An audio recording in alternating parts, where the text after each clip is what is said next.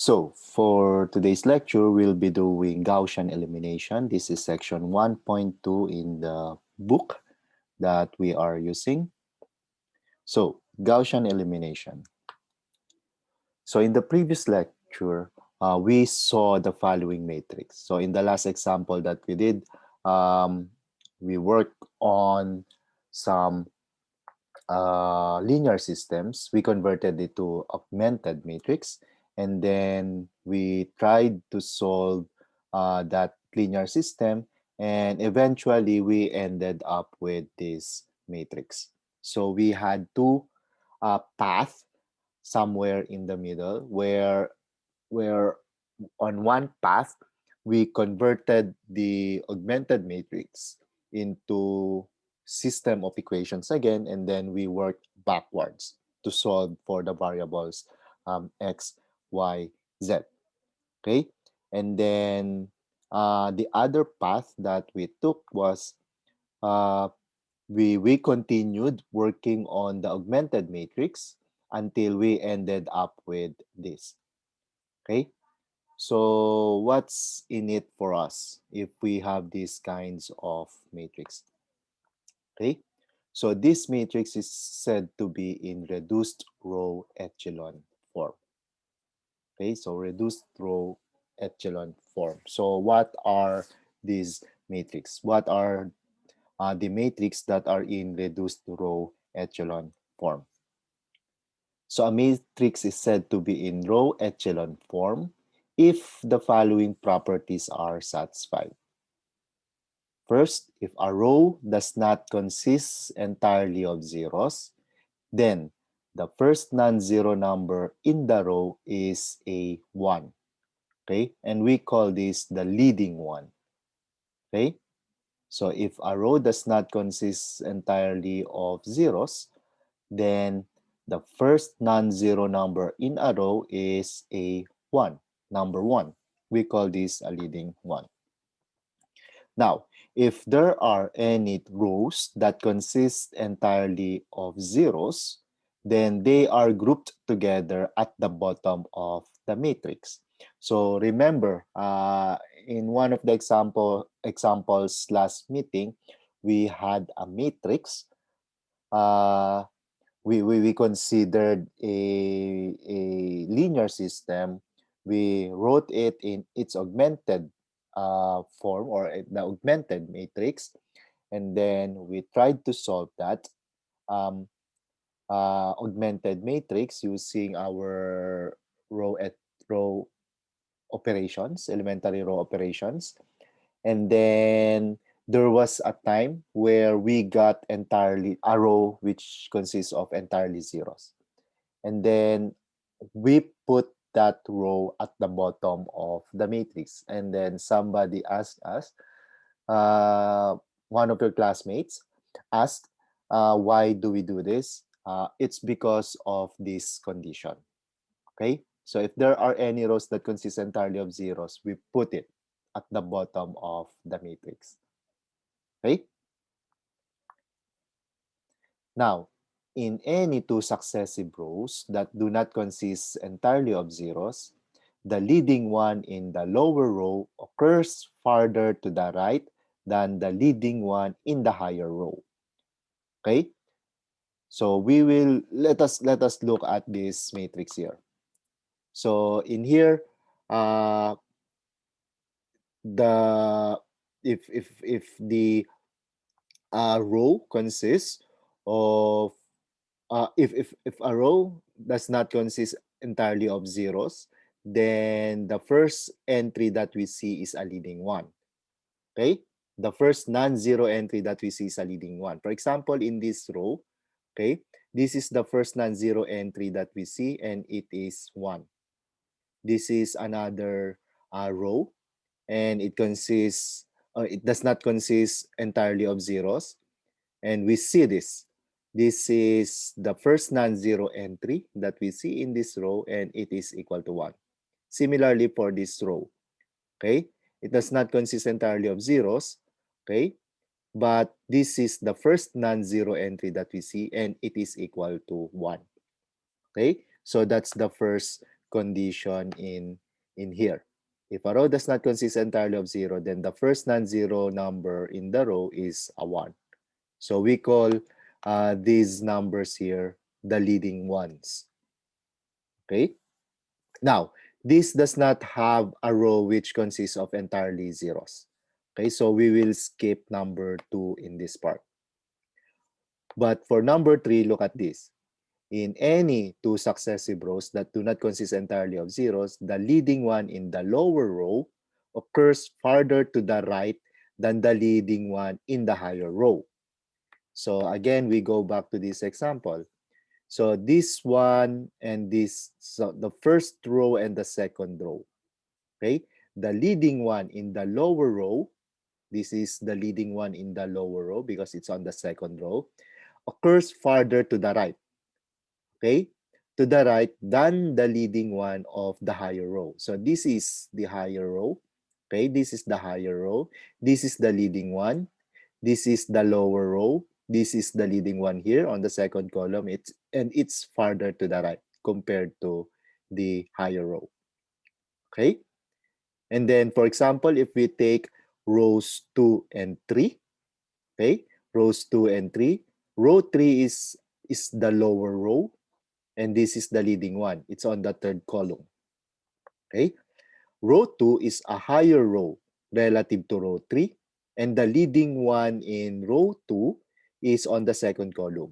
So this leading one here, it's farther to the right than the leading one in the second column. Okay? So that's what we meant in the third step, or in the third condition, or in the third property. Okay? Now, if we add the following condition, okay, furthermore, if the fourth property below is satisfied, we say that the matrix is in reduced row echelon form. Take note of that word reduced. So that makes the difference between row echelon form and this reduced row echelon form. Look at this condition. Each column that contains a leading one has zeros everywhere else in that column.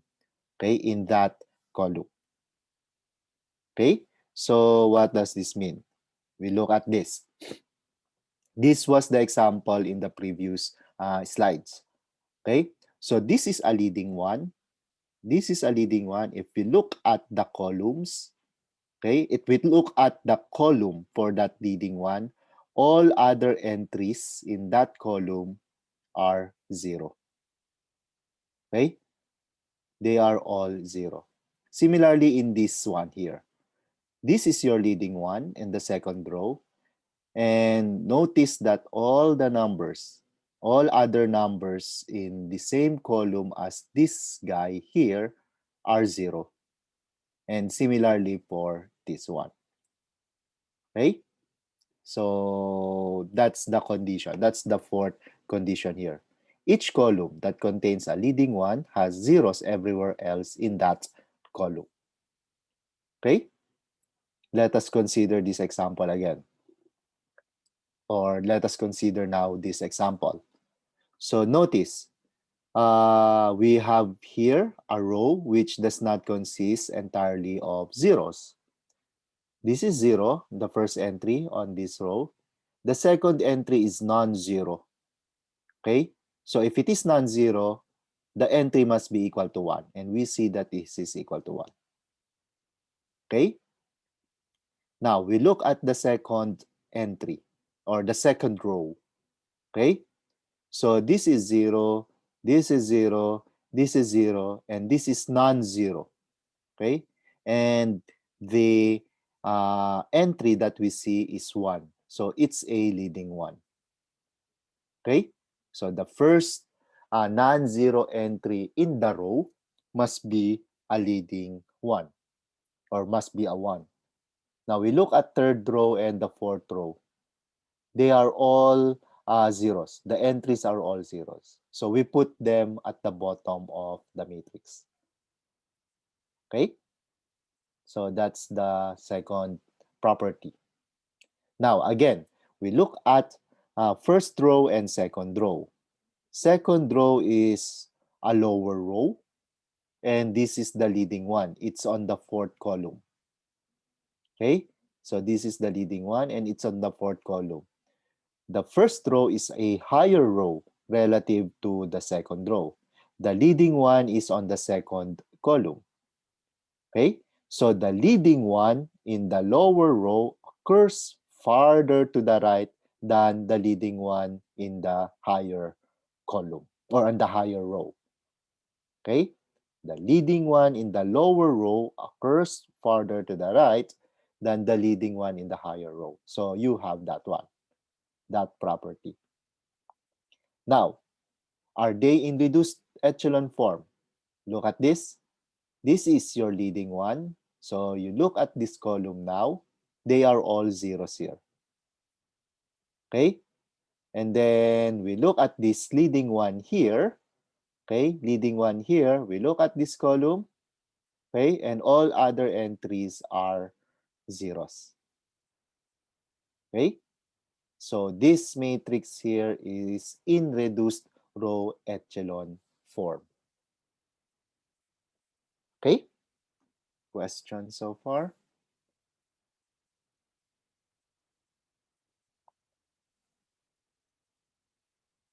Now, the following matrix are in row echelon form but not reduced row echelon form. Okay, so these are still in the row echelon form but not reduced row echelon form. So let us look at this matrix. Look at this.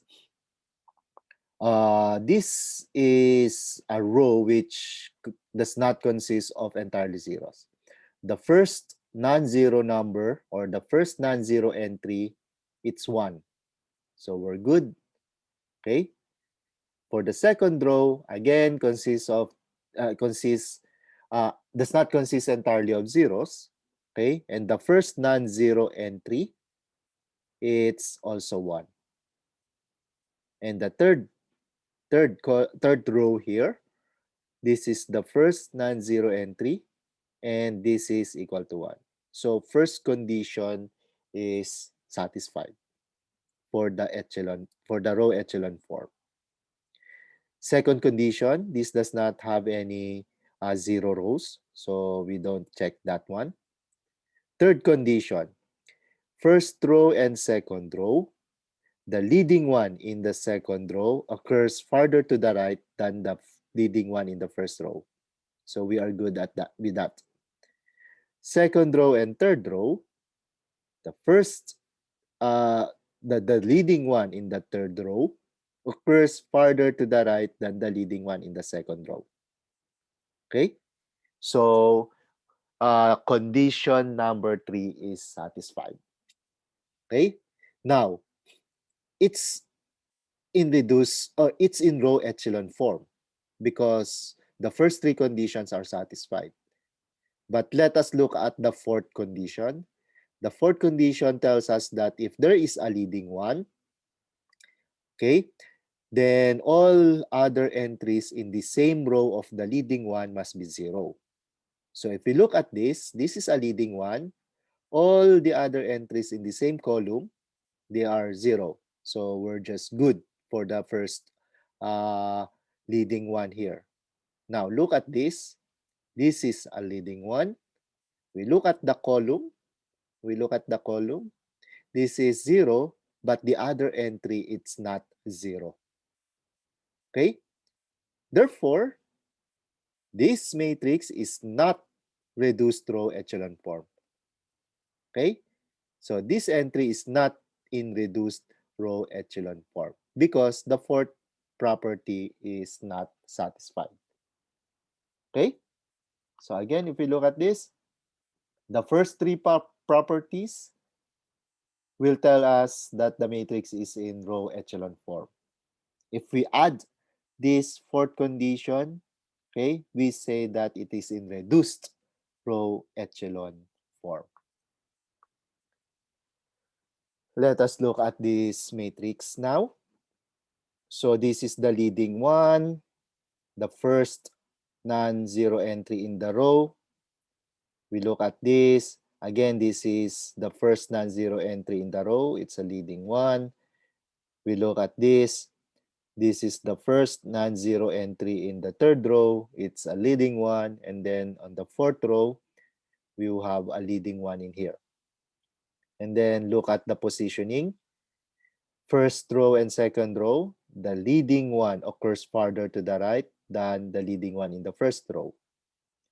Second row and third row, the leading one in the third row occurs farther to the right than the leading one in the second row.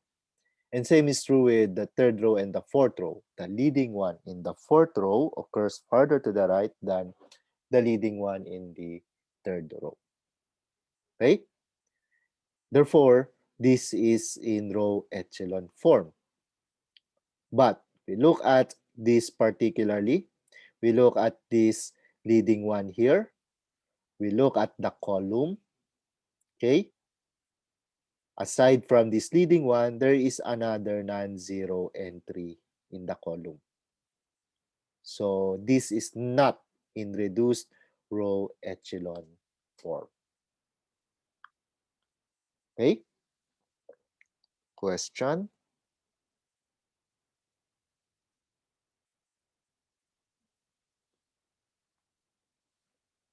Now, in each part, suppose that the augmented matrix for a linear system in the unknowns x, y, and z has been reduced by elementary row operations to give to the given reduced row echelon system or echelon form. Okay? Solve the following system. So what does this mean? All throughout, this would have been your x. Okay? This would have been your x, this would have been your y, and this is your z. And this is your b, whatever. Okay? But we do not put the b on the last column. Okay? So, how does the reduced row echelon form help us solve the linear system? Okay, so if we look at this is your x, the coefficients for x, this is the coefficients for y, this is the coefficients for z. This means that we have, if we look at the first row here, we have the following. So x, okay, minus z, this is equal to 0. That's your first row here. For the second row, x and 0 here, so it will disappear. By the way, we don't see a y in here because the coefficient corresponding to y is 0. So it does not appear in our equation. Now, for the second row, okay, the coefficient for x is 0, so it will not appear in our equation. Therefore, we only have the y and the z and the constant part. So if we write the equation corresponding to the second row, we will have y plus 2z equals 1. And if we look at this, the third row, it's entirely 0, so we don't write anything there. Okay? So this is the equivalent linear system. Okay? If we were given that linear system at the beginning. But for this one, we can now solve the linear system. Okay? This means that if we let z equals t, any number,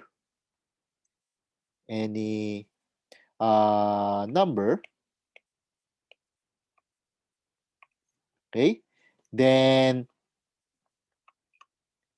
the value for x will be, so from the first equation in here, x will also be equal to t, because if we put this on the other side, we will get x equals z, so z equals t, x equals t. And then the y will be what? We put this 2z from the left-hand side of the equation to the other side, we will get minus 2. This is z, but z is equal to t. So minus 2t, okay, plus 1. And then let us just rewrite z here. Z equals t. Therefore, we now have the general solution or the solution to the linear system. Okay? So what does this mean? If we have a linear system, we put it in augmented matrix form, we can just try to find the reduced row echelon form of that augmented matrix. Okay? And once we have the reduced row echelon form, we can easily write the solution to the linear system. Okay? Question?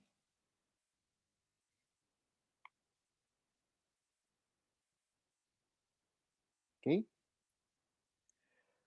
Next example, we have this. So this is your first row, 1, 1, 2, 3.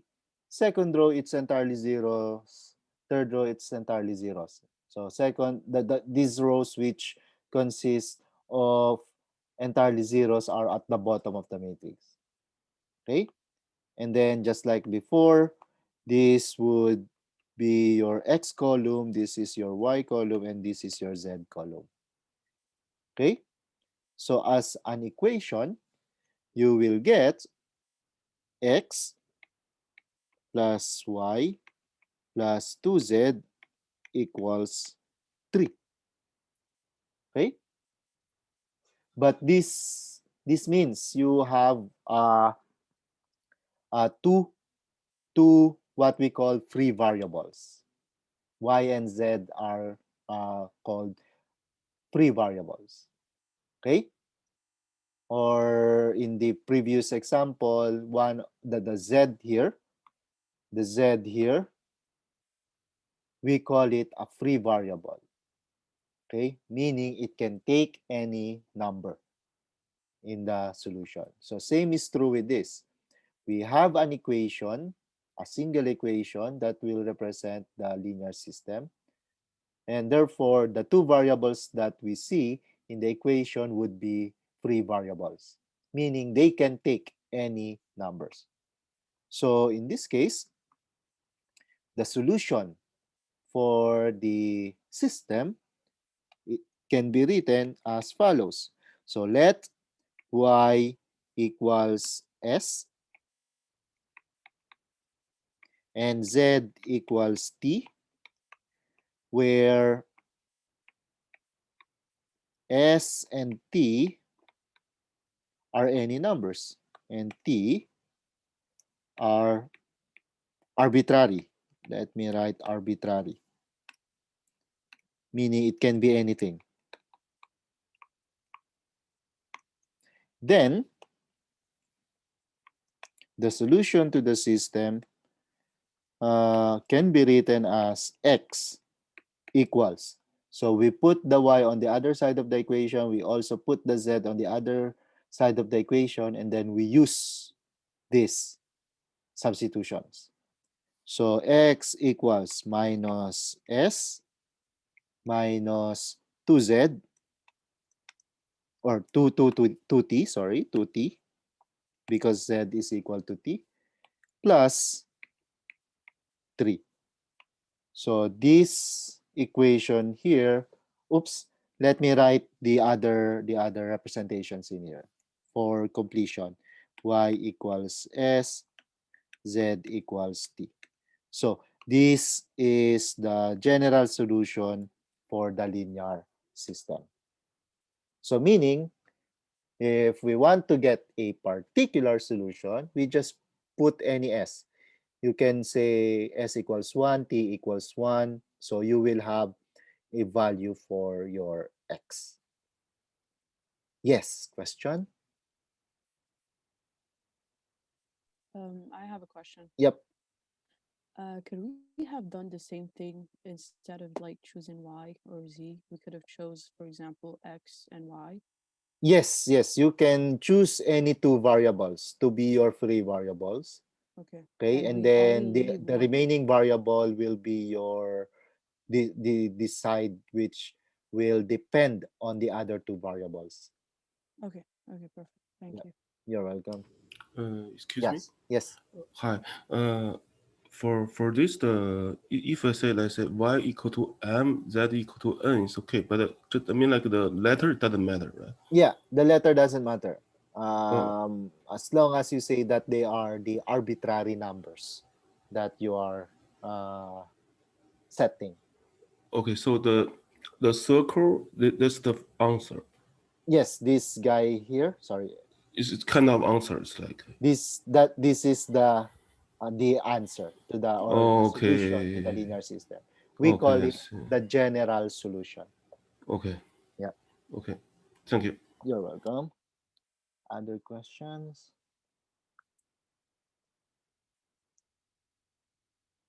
So here, last example for this part. Look at this. You have your first equation. First row, you have 1, 0, negative 1, 0. And then the second row, it's 0, 1, 0, 0. And then on the last row, you have 0, 0, 0, 1. Now, if we look at this will be your z, or this will be your x, this will be your y, and this will be your z. Okay? Now, by just looking at the matrix, particularly the third row, what will we get? So the coefficient for x is 0, the coefficient for y is 0, the coefficient of z is also 0. And then the right-hand side here, it's equal to 1. Okay? So let me write here, third row implies 0 equals 1. And this is not happening. Okay? This is a contradiction. So what does this mean? The system has no solution. Has no solution. Because again, this cannot happen. 0 will never be equal to 1. Okay? So once you have that kind of equation, like a contradiction, okay, then the system will not have any solution. Okay?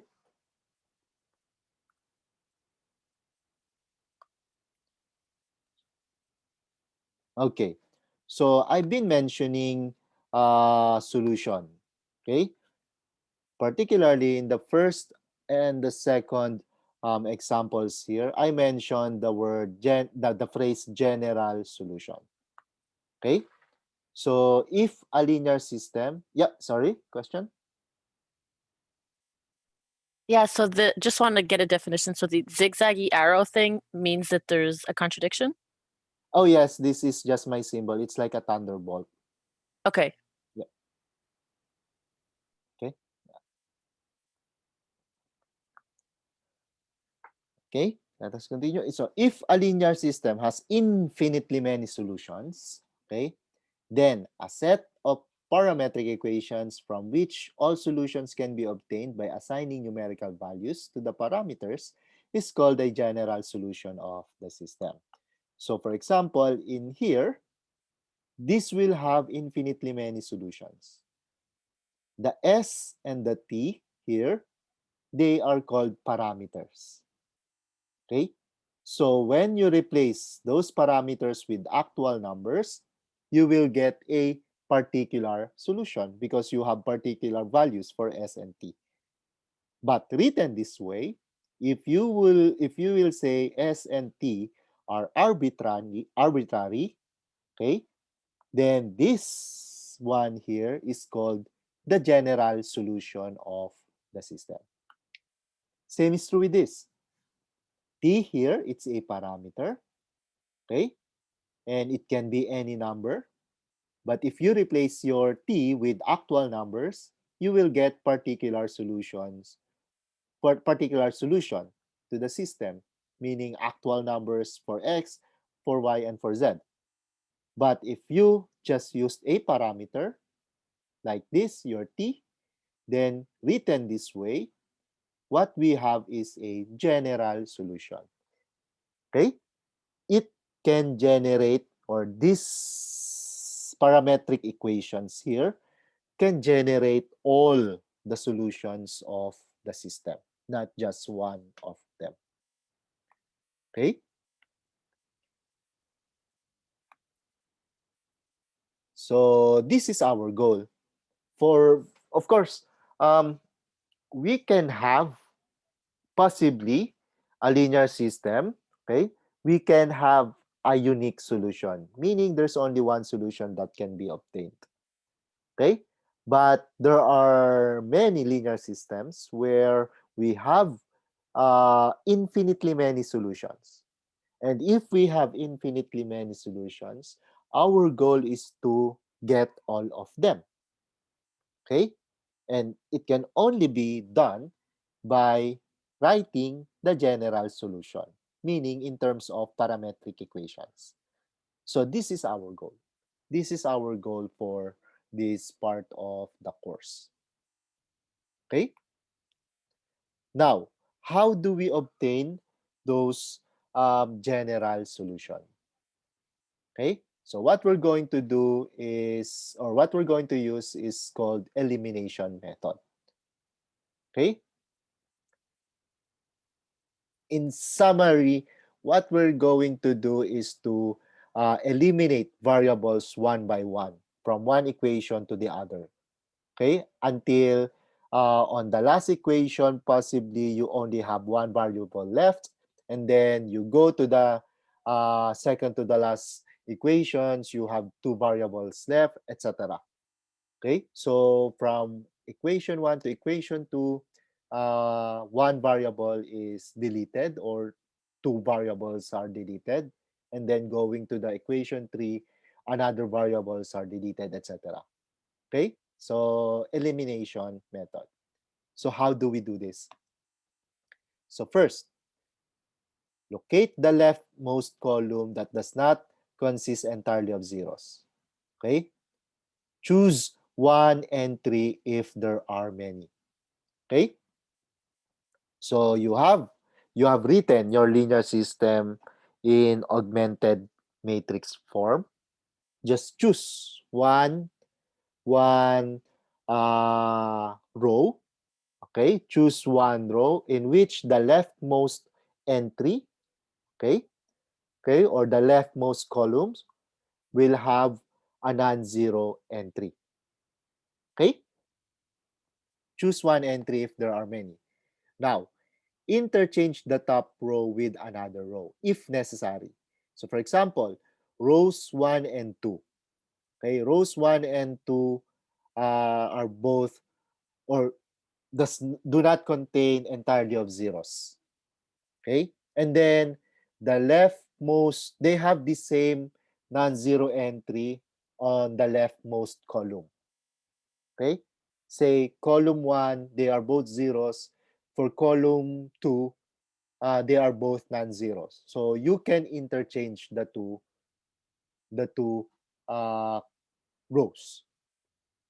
Okay, and then if the entry that is now at the top of the column found in step 1 is not equal to 1, multiply the first row by its reciprocal in order to introduce a leading one.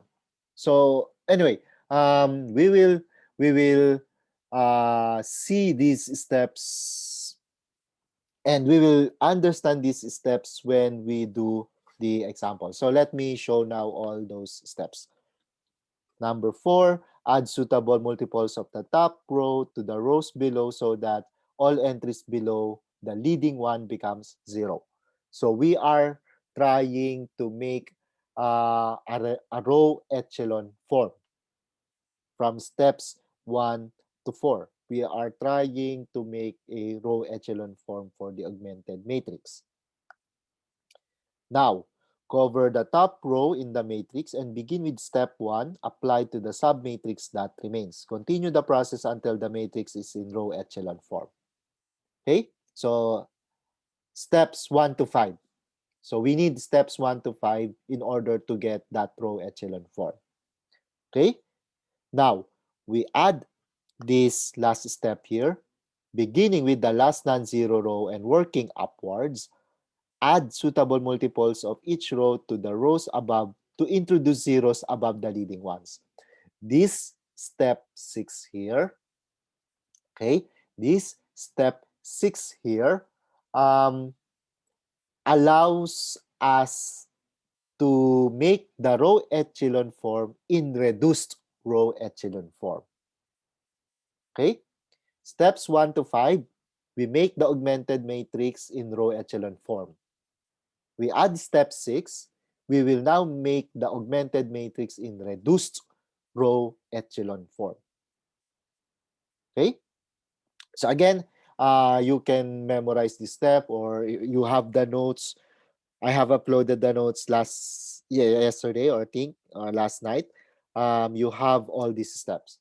Okay, you can read all these steps. But as I have mentioned, you will be able to understand these steps once we do particular examples. Okay, so let me just give some more information about these steps. Okay, the step-by-step method or algorithm, okay, described in the previous slide is called Gauss-Jordan elimination. So from steps 1 up to step 6, okay, it's called the Gauss-Jordan elimination. Okay, the algorithm has two parts: forward phase, steps 1 to 5, and then backward phase, step 6. Okay, so the forward phase, augmented matrix becomes row echelon form. Okay, and then if we do the backward phase, that step 6 will give us the reduced row echelon form. Okay, if only the forward phase is used, so steps 1 to 5, then the procedure is called Gaussian elimination. Okay, the forward phase produces a row echelon form. Okay, so steps 1 to 6, so forward and backward phases, it's called Gauss-Jordan elimination. But if we only have steps 1 to 5, the forward phase, we have the Gaussian elimination. Okay?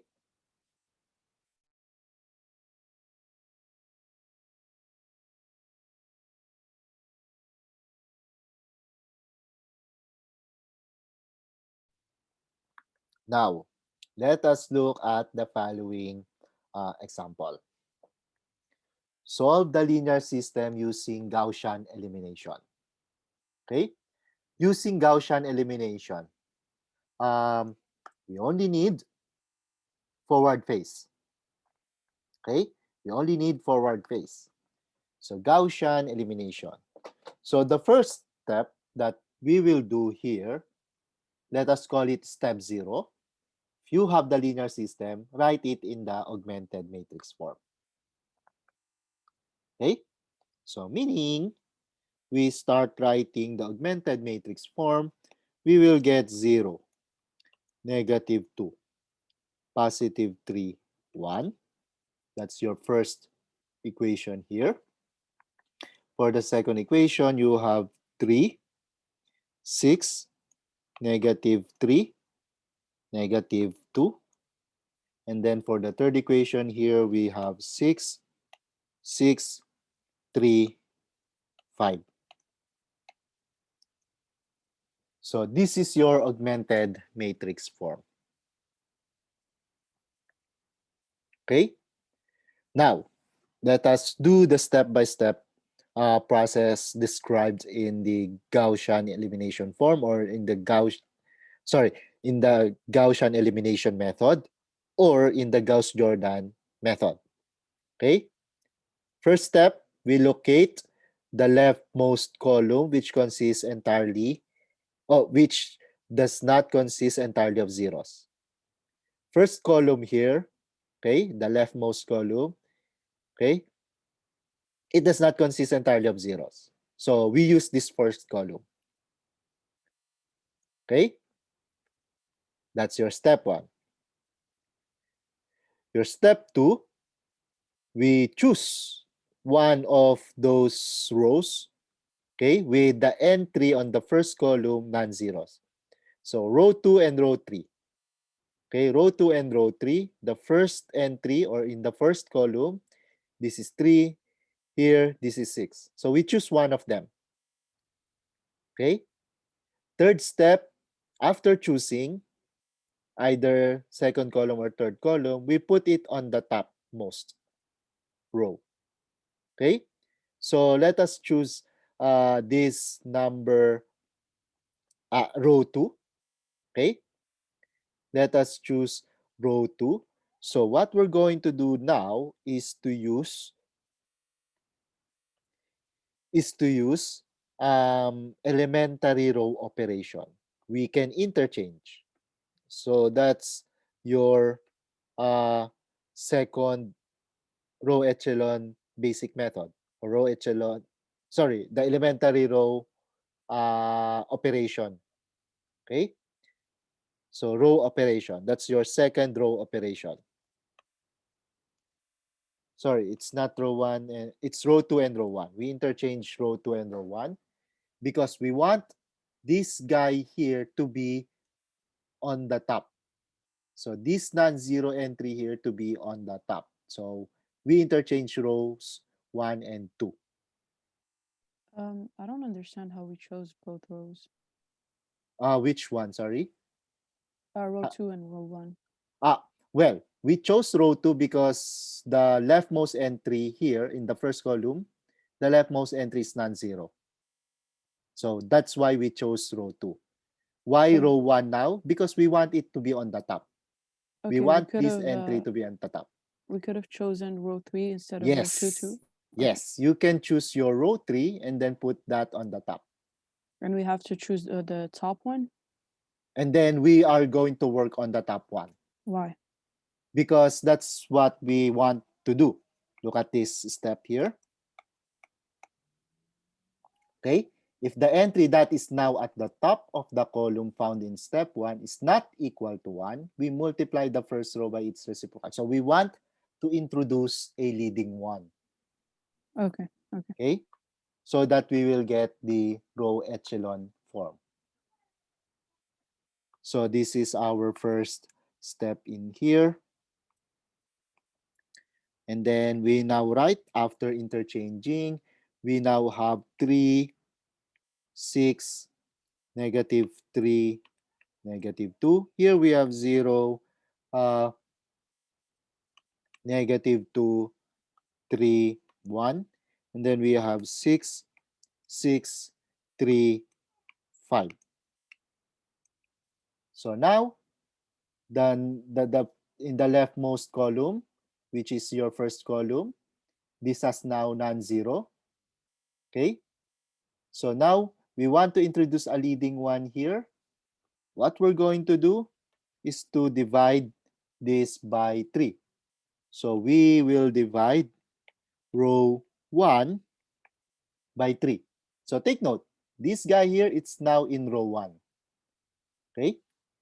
It's now in row 1. So every time we do this arrow, we always look at the previous matrix. Okay? So now, row 1 becomes, so 3 divided by 3. So 3 here divided by 3, that's 1. 6 divided by 3, that's 2. Negative 3 divided by 3, that's negative 1. And then negative 2 divided by 3, we have negative 2/3. Okay? And then we copy rows 2 and 3. So 0, negative 2, and then 3, and then 1. And then you have 6, 6, 3, 5.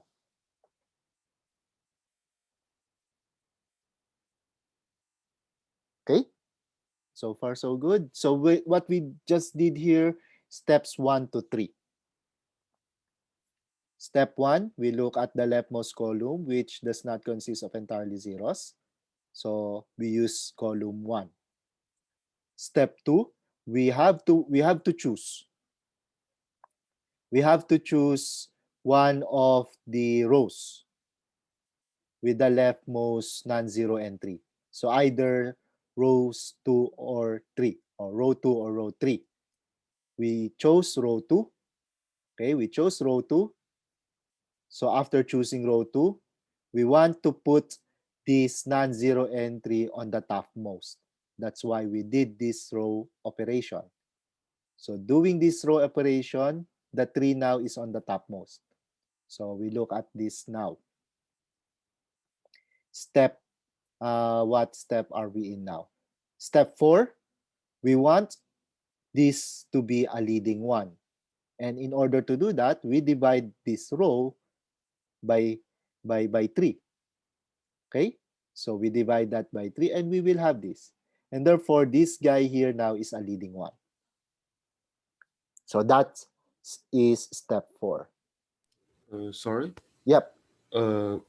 So basically, the first, okay, you choose the row 2 for on the chain to the divide by 3. So because you can the first row, the 0 negative 2 3 1, this first row you cannot get the leading one. So you choose row 2 for that, right? Not necessarily we cannot get the leading one. It's just that on this entry, which is 0, Yeah. okay, So you there cannot are have other the, entries. Sorry? but they you cannot have the leading one. So that's why you choose row 2 for. No, the leftmost here cannot be a leading one. But you will see later that this row can be a leading one, this particular number. Okay, my question is the first beginning you choose row 2 for Yes. more on the top. So because only the row 1 the first one is 0. So that's why you choose row Yes. 2, right? Yes. That's the point, right? So okay, I see. Thank you. Okay. All right. Other questions? So in here, we now have a leading one. Okay. Step 5, make all other entries in the same column of the leading one equal to 0. This we don't have any problem because this is already 0. For this guy here, we need this to be 0. Okay, that is your step 5. And in order to do that, we are going to use your row 1. Because this is already 1 here. So you can do what? Row 3. Okay, row 3, you add or you subtract 6 times row 1. So you multiply this row 1 by 6 and then you subtract it from row 3. So what will happen? So in here, in this step, row 1 is independent. So we're just going to copy that. 1, 2, negative 1, negative 2/3. Row 2, we will not do anything to that. So we'll just have to copy. So 0, negative 2, 3, and then 1. For row 3, we do this. Row 3 minus 6, row 1. So you have 6 minus 6 times 1. So that becomes 6 minus 6. This becomes 0. And then you have 6 minus 6 times 2. So you have 6 minus 12. Okay, that becomes minus 6. And then in here you have 3 minus 6 times negative 1. So this becomes 3 plus 6. That becomes 9. And then in here you have 5 minus 6 times negative 2/3. So 6 times negative 2/3. What is that? 4.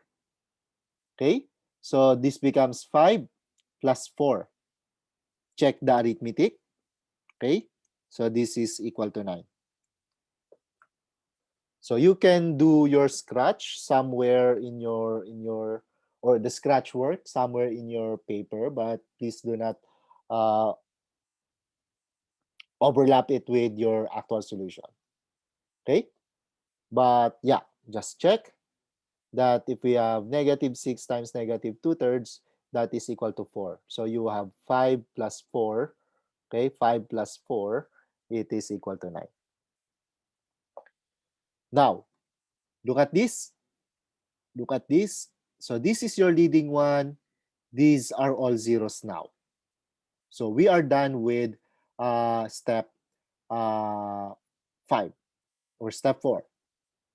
The next one is we cover this row. Okay, we now look at the other submatrix. Okay, we now look at the submatrix. So we are done with the first row. We now look at the other rows. We go back to step 1. Yes, question. Wouldn't there be no solutions for that one? We don't know yet. We're not yet done. Okay. I mean, if you do second row, like you can already see it, the second row and the third row. It's gonna be 0, and there's gonna be a value on the right. Yeah, we will see that. We will see that. All right. We will see that. We are trying to illustrate here your Gaussian elimination. Okay? But yes, Okay. you will Accept the question. probably see later that this has no solution.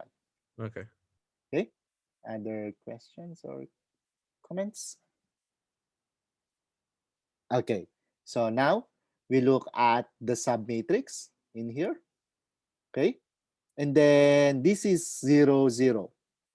So this is not the leftmost entry with which do not consist of entirely zeros. This is 0, 0. So we now look at this second column. So both of them non-zero. Okay, both of them non-zero. So we can choose one of them. And then if you want, you can interchange them. But we are not going to interchange them. We don't need to interchange them actually. Okay, so we use this. We use this now second row. Okay, so we will be skipping your interchanging of rows 2 and 3. Now using this second row, okay, using this second row, uh, we will make this a leading one in here. We will make this a leading one. And to do that, we will divide it by negative 2. Okay? So you have negative 1/2 times row 2. Okay? So row 1, we are not touching it anymore. So we just copy row 1. 1, 2, negative 1, negative 2/3. Row 2, we multiply it by negative 1/2, or we divide everything here by negative 2, so that we will have negative 2 divided by or 0 divided by negative 2, that's still 0. Negative 2 divided by negative 2, that becomes 1. Here, 3 divided by negative 2, you have negative 3 halves. And then here, 1 divided by negative 2, you have negative 1/2. Okay? And then we can just copy this. We can just copy this. You will have 0, negative 6, 9, 9. And then look at this. We now make this a 0 because this is the leading one. Okay, for this remaining matrix here, this is a leading one. So we want to make all other entries in the column, okay, equal to 0. So this is not 0. So if we want to make it 0, what we can do is to add row 3 plus 6 row 2. Okay, row 3 plus 6 row 2. So we copy first row because we are not touching that anymore. You have 1, 2, -1, -2/3. And then we look at now row 2. We are not using it because in this step, row 2 is independent. So we just have to copy row 2. So 0, 1, -3/2, -1/2. Finally, row 3, we do this change. So you have 0 plus 6 times 0, that's still 0. Here you have -6 plus 6 times 1, so that's equal to 0. Here you have 9 plus 6 times -3/2. So you have 9, and then in here, 6 divided by 2, that's 3. And then you will get 3 times -3, that's -9. So 9 minus 9, that's again 0. And then in here, you will get 9 times 6 times, 9 plus 6 times -1/2. That becomes 9 plus, or 9 minus 3. Okay? 9 minus 3. So this is equal to 6. Okay? And that's it. This is your leading one. The other column here, or the other entries in the same column as the leading one in this submatrix is equal to 0. So that's your step 5.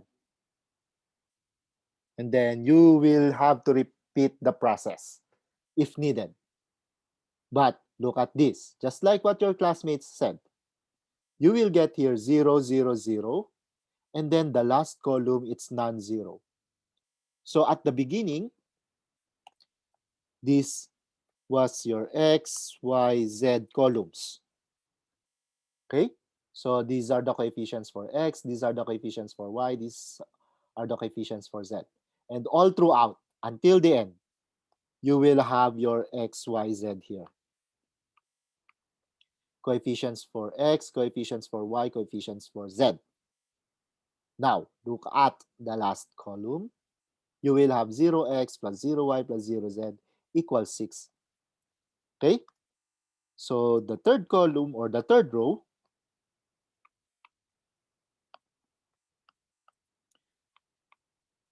so third row implies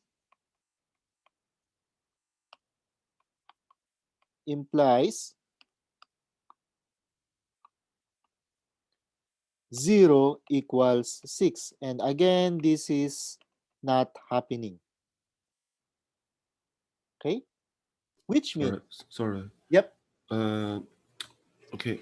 For you write in the middle. It's like a row 3 plus 6 row 2. You see yes. this? You see this? Why you don't write just 6 row 2? That's it. Sorry, why? No, because you write row 3 plus 6 row 2, right? Yes. Uh, why it's just like this? But I mean, like you just write. If I write, just write 6 row 2, because you just double you times 6 for row 2, right? Yes, but you are going to add row 3. Look at that. If you just write 6 row 2, meaning you are just changing row 2. Look at this. -1/2 row 2, meaning I am changing row 2. Yeah. But this one tells you that you're not just multiplying row 2 by 6. You are adding 6 row 2 to the row 3. Okay, so I don't Okay. understand. You choose the because okay. You try to We are trying to make this part here 0. We are changing this to 0. And to make that 0, we use this operation here. okay. I see. Thank you. Yep, you're welcome. Yes, question? Someone raised Yeah. hand. Instead of trying to get the leading one on the second row, couldn't Mhm. you like multiply it right away, like Yeah, on the left? just like I mentioned earlier, we are trying to illustrate Okay, the this is Gaussian of elimination. the exercise. Okay, Yes, yes. okay, perfect. At this But moment, we are just trying to illustrate the Gaussian elimination. In the future, you can do whatever you want because I'll be Okay. asking for the solution, for the general Perfect. solution. I just thought that maybe like it Yeah, was yeah, wrong yeah, I understand right that away. one. But Okay. for this one, let us try to practice the steps in the Gaussian elimination. And then when we are used to doing that Gaussian elimination method, you can do however you want it to show that the solution does not exist or the solution is this one, etc. But yeah, I see your point. I see your point. Okay. Other questions?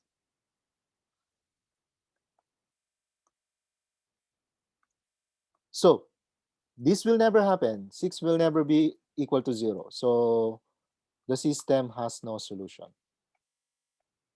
Okay. So the system has no solution.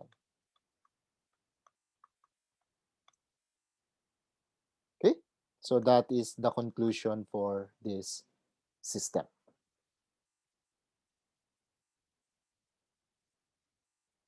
Okay.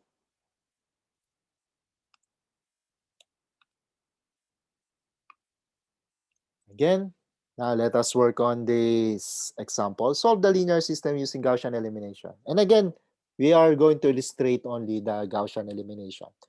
Okay. Or the Gauss-Jordan elimination. So Gaussian elimination, we just need row echelon. Later on, if possible, we will proceed with the Gauss-Jordan, meaning we will do step 6 so that we will have the reduced row echelon form. So in here, we have 4 unknowns, x, y, z, w, and we have 4 equations. So let us convert this to augmented matrix. Augmented matrix. So you will have 1, negative 1, 2, negative 1, negative 1. So 1, negative 1, 2, negative 1, negative 1. That's your first equation. Second equation here, you have 2, 1, negative 2, negative 2, negative 2. Third equation, you have negative 1, 2, negative 4, 1, 1. And then you have 3, 0, 0, negative 3. So 3, 0, 0, negative 3, and then negative 3. Kindly check if I copied all the coefficients correctly. Common mistakes of students, they do not copy the, or they are not able to copy the coefficients correctly. Okay, of course, if there's a number, if there is a number different from the system going into your augmented matrix, the solution will be different also. Okay, and possibly that when you change certain number there, or if you copied it incorrectly, possibly when you work on your Gaussian elimination or Gauss-Jordan elimination, you will have a very messy matrix. Okay, you will have a very messy matrix. So first, copy or convert the linear system to augmented matrix, and then check whether you copied the numbers correctly. So you have 1, negative 1, 2, negative 1, negative 1, 2, 1, negative 2, negative 2, negative 2, negative 1, 2, negative 4, 1, 1, and then 3, 0, 0, negative 3, negative 3. Okay? So now proceed with the Gaussian elimination. Step 1, choose the leftmost column which does not consist entirely of zeros. Column 1. Column 1 does not consist entirely of zeros. Okay? Step 2, choose an entry which is non-zero. All of them are non-zero here. Choose an entry. We can choose this entry here. Step 3, after choosing the entry, okay, use the row containing that entry and make it in the top. Okay, put it on the top row. I chose this entry, it's already on the top. So we can now proceed with step 4. So we do not interchange anything because this is already on the top. So step 4 now is to look at that the entry. Okay, look at the leading entry. If it is not equal to 1, multiply it by the reciprocal. But this is already 1. Look at this. This is already 1.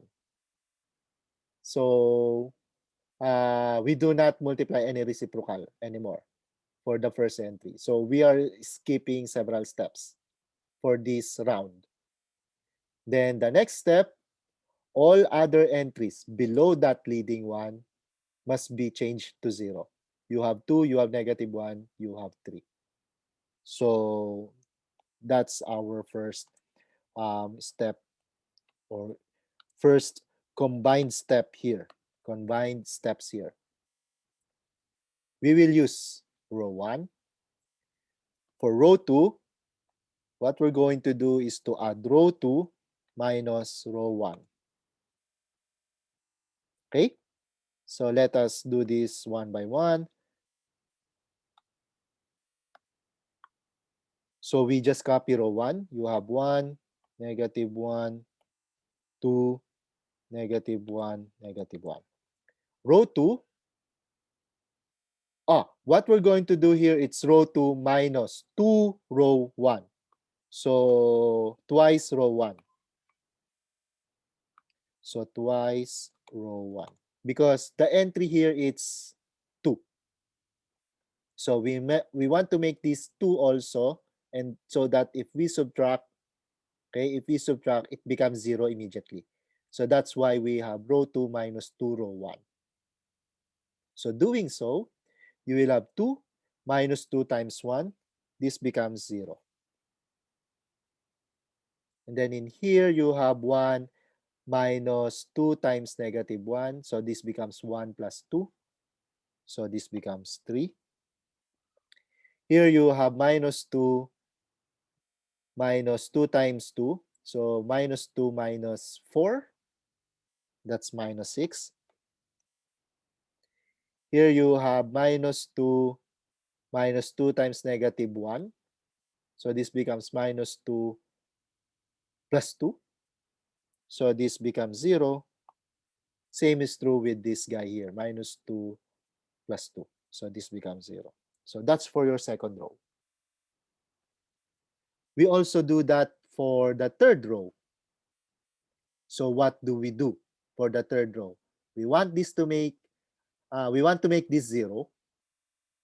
And this is using row 1. We can just add rows 3 and 1.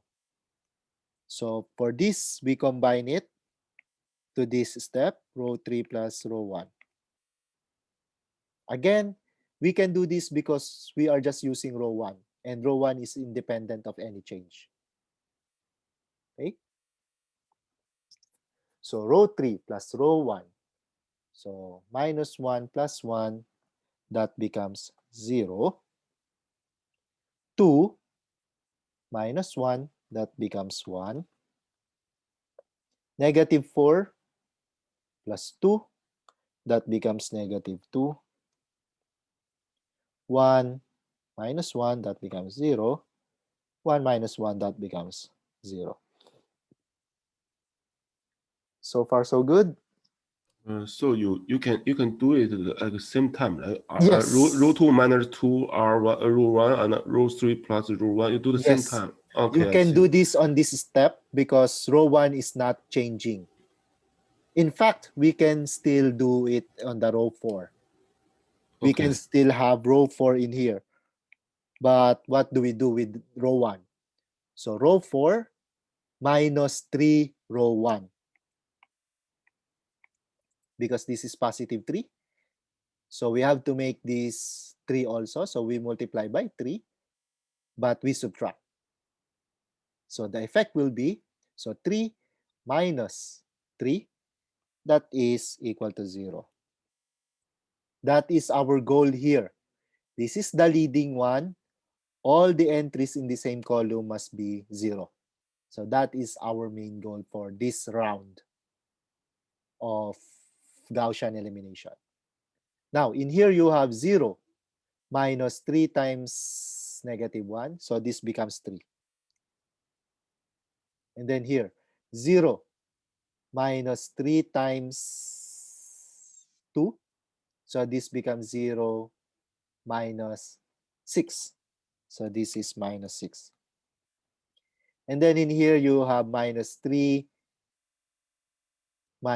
times negative 1. So minus 3 plus 3. So again, this is 0 and this is 0. Okay? Okay. So for experienced students, this matrix tells you that rows 2, 3, and 4 are the same thing. Okay? For experienced student, it can easily be seen. Okay? But again, for the sake of practicing our Gaussian elimination method or Gauss-Jordan elimination method, we will continue with the process. So in here, we are done with the first row. We look at the other rows below. So this submatrix in here, okay? We look at the leftmost column, which does not consist entirely of zeros. Of course, this column here, it's all zeros. Okay? So we look at this column. Okay? They have non-zero entries. Okay? Then we choose a an entry. We choose an entry. Let us just choose this entry here. Okay? And then we put it on the top. Take note that we are only working on this matrix now. This matrix now. We will no longer include the first row because we are done with that. Okay? So this entry, we choose this row and we put it on the top. It's already on the top, on the matrix with the blue brackets. It's already on the top. So we put it there. We just look at that. And then we make this entry equal to 1 to introduce your leading one for this guy here, for this submatrix here. Sorry. Yeah.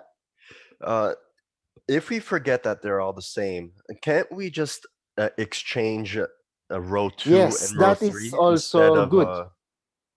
That is also one way. So for example, so on the step that I use, I chose this. But some students would do, oh, this is already a leading one. This is a possible leading one. So I'll just interchange them. Yes, you can do that. You can actually do that. Okay? Sure. Let us try to use that now. Your step 2, interchange. So instead of using, so we are looking at this. We are looking at this submatrix. Okay? This is your first row. This is your second row. This is your third row. So thinking that on the second row, there could be a possible leading one. Okay? We can just interchange. We can just put that row on the top. Okay? So, doing that, we will have the following step here. So, we interchange rows 3 and 2. This is your row 2 in the original matrix in here, okay? Not just in the blue matrix. Okay?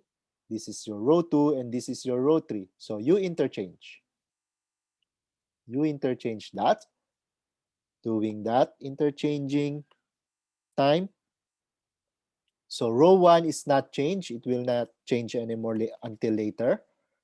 Okay? So 1, negative 1, 2, negative 1, negative 1. Then we interchange rows 2 and 3. So you have 0, 1, negative 2, 0, 0. And then this row 2 becomes row 3. So you have 0, 3, negative 3, negative 6, 0, 0. And row 4, we did not touch it. So you have 0, 3, negative 6, 0, 0. Looking at this matrix, this is now a leading one. So in the column, okay, the entries below it must be changed to 0. Okay? And here, row 3, what we can do is to replace row 3 with row 3 minus 3 row 2. Okay? So third row minus 3 times the second row. So again, row 1 is not changed. We just copy it. 1, negative 1, 2, negative 1, negative 1. Row 2, we are not changing it. It's independent of the change in here. So we just need to copy it. 1 or 0, 1, negative 2, 0, 0. For row 3, we do this. Row 3 minus 3, row 2. So 0 minus 0, that's still 0. Here you have 3 minus 3. This becomes 0. And then here, minus 6. Minus 3 times negative 2. So this becomes 6 minus, this becomes minus 6 plus 6. So this is 0. And then here you have 0 minus 0, 0 minus 0. Okay?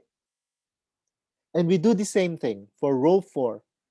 This is your 3 here. We want to make this 0. And to do that, we can replace row 4 by row 4 minus 3 row 2 again. Okay? So doing that, it's the same. The rows 3 and 4 are the same. So the effect will be 0 here. Okay? So notice, we have the leading one here. All the entries below that leading one are all 0 already. So we are done with this. Now, rows 3 and rows 3 and 4, they are rows consisting entirely of zeros. And they are at the bottom of the matrix. So we are done with that. Okay? So, Gaussian elimination, we only use up to step 5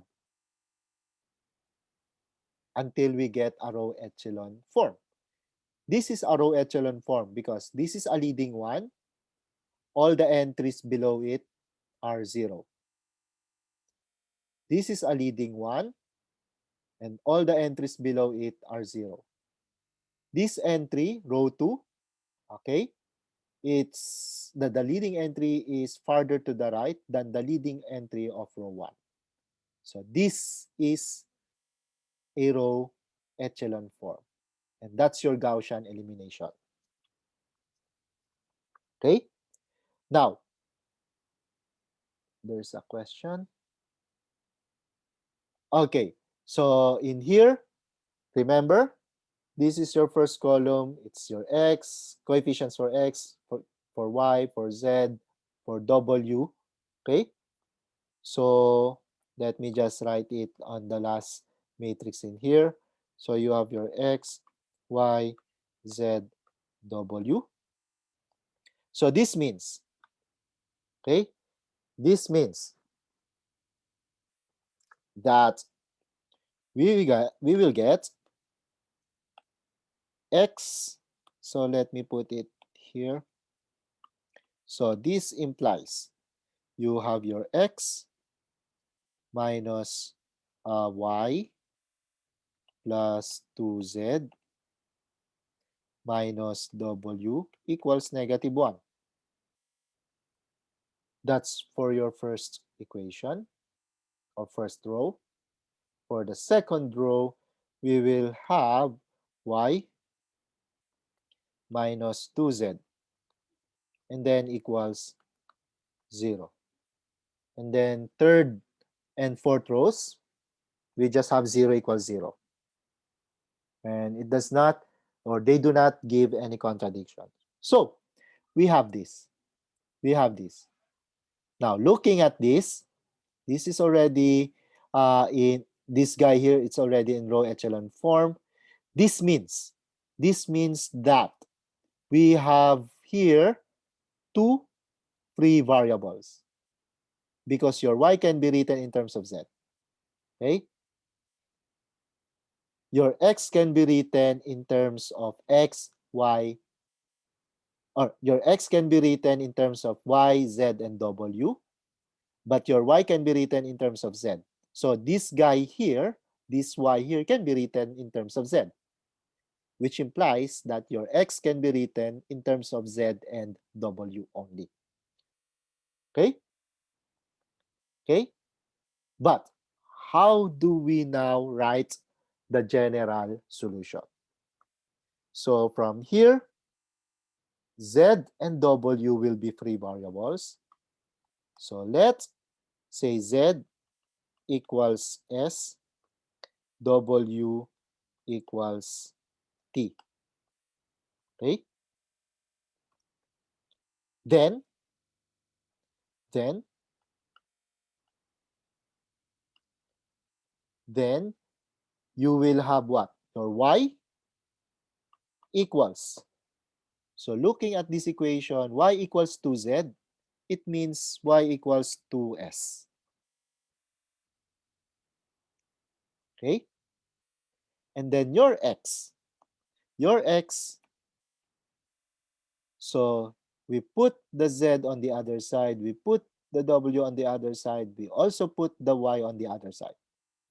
Your y will go to the other side here. So x equals y, but y is equal to 2s. So this is equal to 2s. You have your 2z here. You put it on the other side. It becomes minus 2z. Okay, minus 2z. So that becomes minus 2s. Okay, because z is s. And then this w will go to the other side. This becomes plus w, but w equals t. So plus t. And then you have your minus 1 there. Minus 1. Okay? And then if we simplify your x, we will get what? So 2s minus 2s, they just cancel out. This becomes t minus 1. Okay? So let me continue on this side here.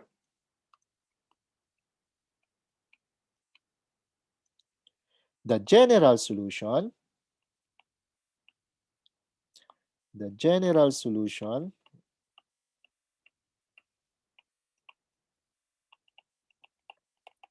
is, so you have your x equals t minus 1, y equals 2s, z equals s. Okay? Let me adjust this. So I will have space at the bottom.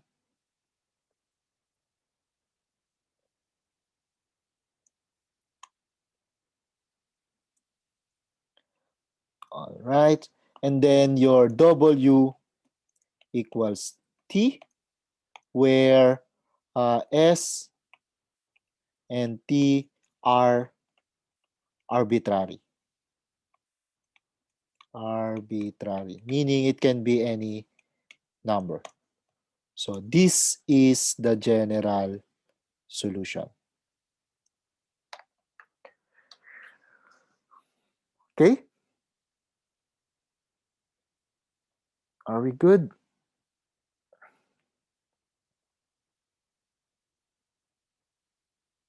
Sorry, Yeah. sorry. You want to see the general solution, not like say I try to say like if you add the two equation together, it's gonna be get x equal to, let me see, x equal to w minus one. If you add the two solutions, you will get what? X I mean like um, you see the right of the minus 1. Yeah, yeah, yeah. If you x do equal that, to, yeah, yeah. if you do that, what will happen? The y will disappear. Y and z disappear. Because if you added that, what will happen? X minus w equals negative 1.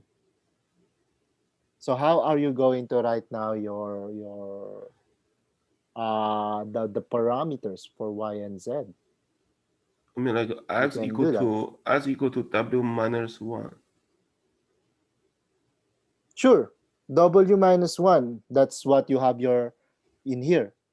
Yeah. But what Uh, happened now to your y and z? How are you going to write okay, a you y and z? expect you expect us to do you follow the general solution, not Of course, okay. I see. the solution that we always wanted will be the general solution. Okay, I see. The So general thank you. solution. Okay.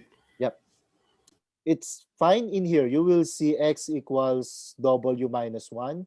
So it's like your x is written in terms of w. That is totally fine.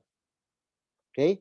However, what about the y and z? How are you going to write them? This equation here, this equation here tells you the relationship between y and z. Okay. So there are chats in here.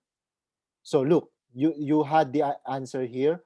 Y equals variable z equals variable w equals variable x equals y minus 2z plus w equals minus 1. It is true that your z and w are variables, but your y, yes, it is in terms of some variables, but your y is related to z. It's not just some other variables. Okay? So look at this. This equation tells you that your y actually depends on the value of z. If your z is equal to 2, your y must be equal to 4. If your z is equal to negative 1, your y must be equal to positive 2. The way it is written in here, okay, okay, you don't see this because this is a direct message to me, okay? One of your classmates wrote this. I just realized it's a direct message. So one of your classmates wrote this. Y equals variable, Z equals variable, W equals variable, and then your X equals Y minus 2Z plus W minus 1. Okay? So what I was explaining is that indeed that your Z and W are variables or free variables. But your y cannot just be some variable because your y is related to z. By this equation, y minus 2z must be equal to 0. So this y being a variable is not an independent variable. It depends on the value of z. Okay? There was a question in here. Wouldn't row 2 also be 0 and also be a parameter? Row 2, no, this will not be 0. Row 2 cannot be 0. We will continue with the Gauss-Jordan. Okay? So, I would have mean, yeah. Anyway, so look at this. We were only asked to use Gaussian elimination. That's why we stopped in this part here. Okay? That's why we stopped in this part in here. Okay? Any questions so far before I proceed with the next steps? So again, it should be clear that y is not just an ordinary variable. It's a variable depending on the variable z. Okay? Based on this equation. So this is your Gaussian elimination method. Okay? So let us suppose we proceeded with the Gauss-Jordan. Okay? So meaning we are going to we are going to uh, apply step 6. Okay, apply step 6. Okay, so let me erase this part here. Okay,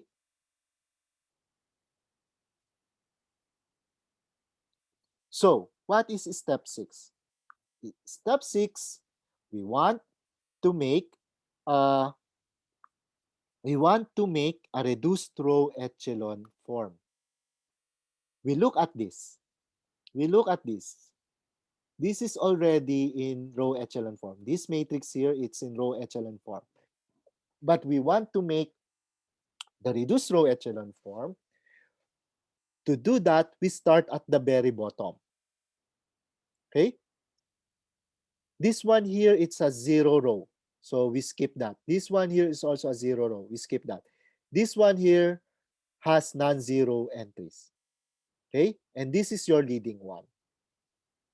This is your leading one. You want to make all the entries above the leading one to be 0 also. That's your step 6. Step 5, according to step 5, you have a leading one. You want to make all the zeros below it. Okay? Or you want to make all the entries below it equal to 0. That's your step 5. This is your leading one. So from here, this is the leading one. We want to make all the entries below it 0. That's why we have this.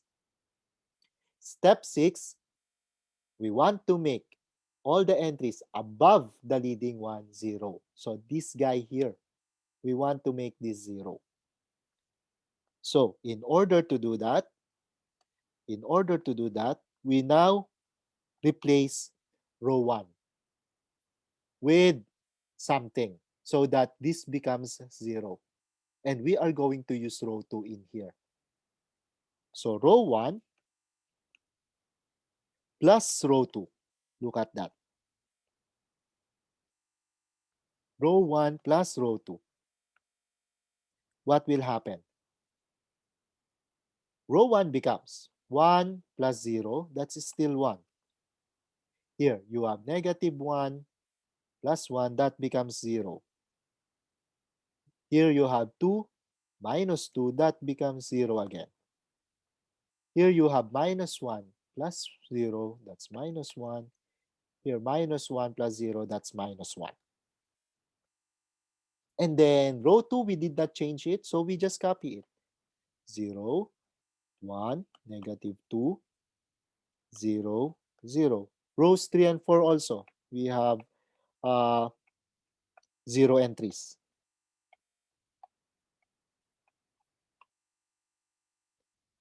And we now have a reduced row echelon form because this is a leading one. All the other entries in the same column are all 0.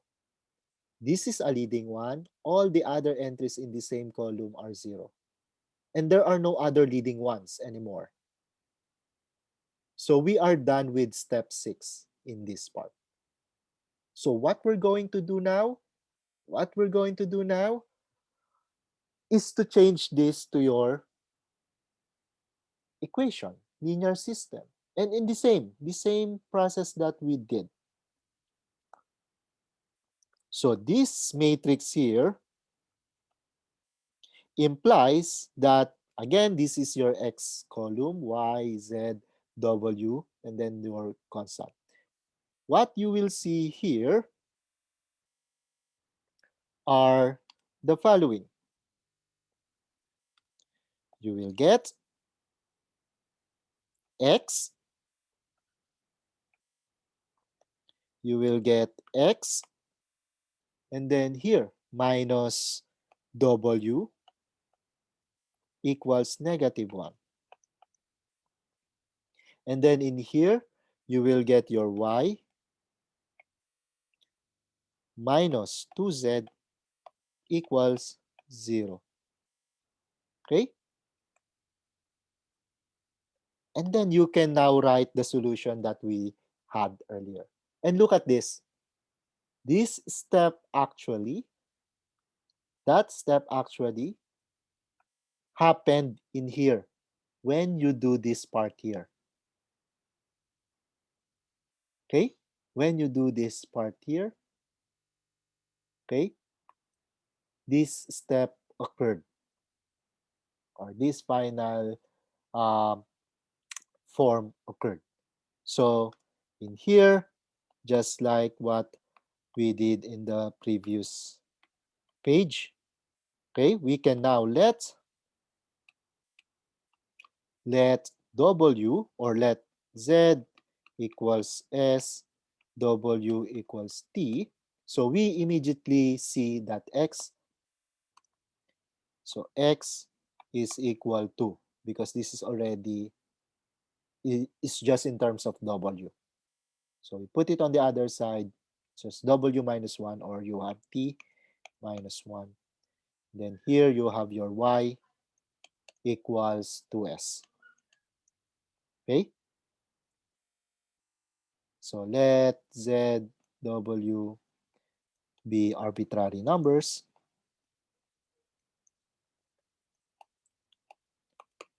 So we now have general solution. So you can write it in complete sentence. The general solution is x equals t minus 1, y equals 2s, z equals s, w equals t. Just like the way we wrote in the previous slide. But the step 6 here, okay, will actually allow us to not to do this part anymore, the simplification. Because step 6 is actually you are simplifying everything. Okay? And furthermore,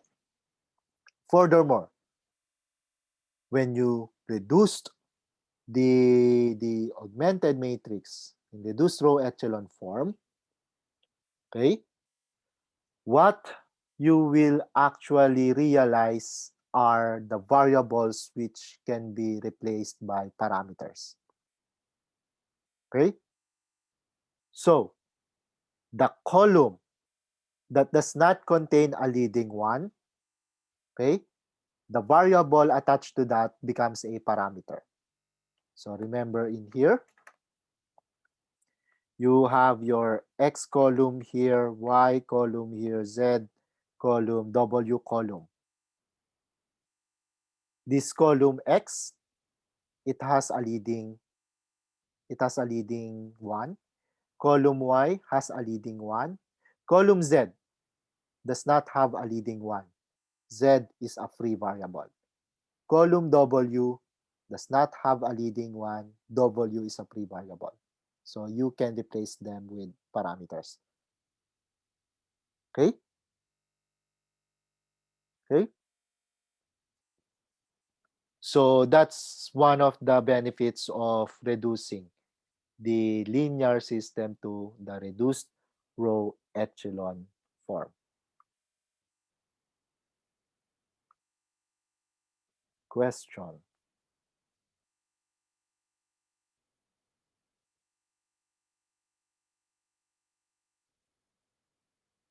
Okay?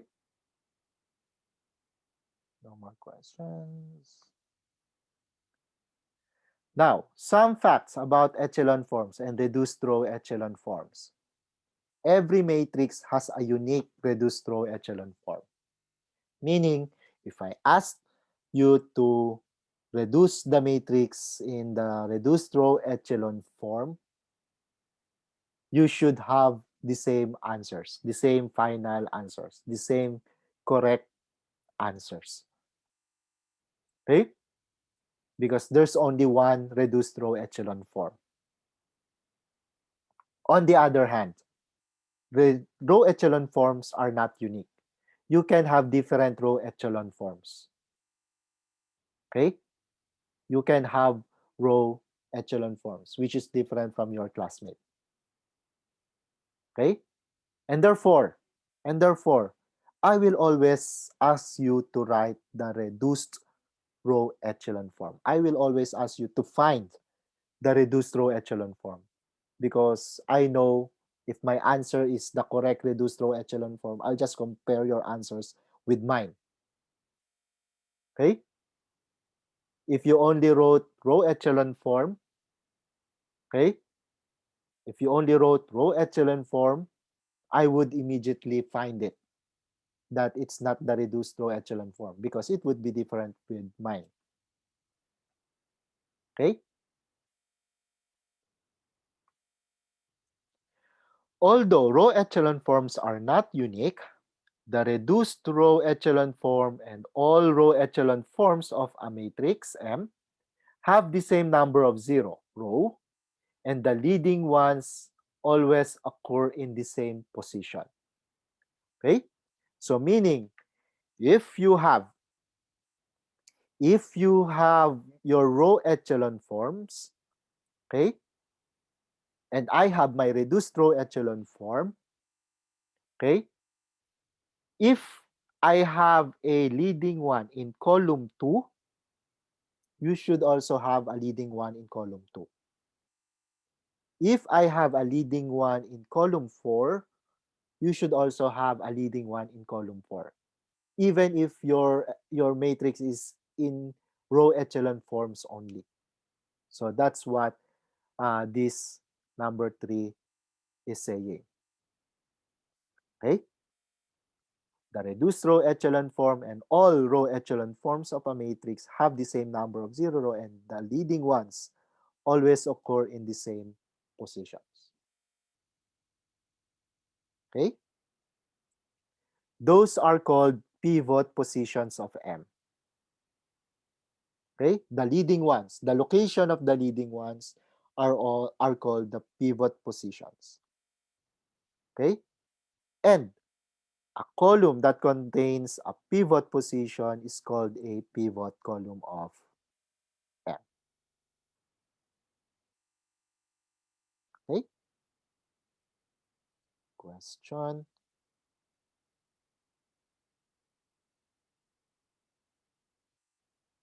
So if we look at these examples, okay, from the previous examples here.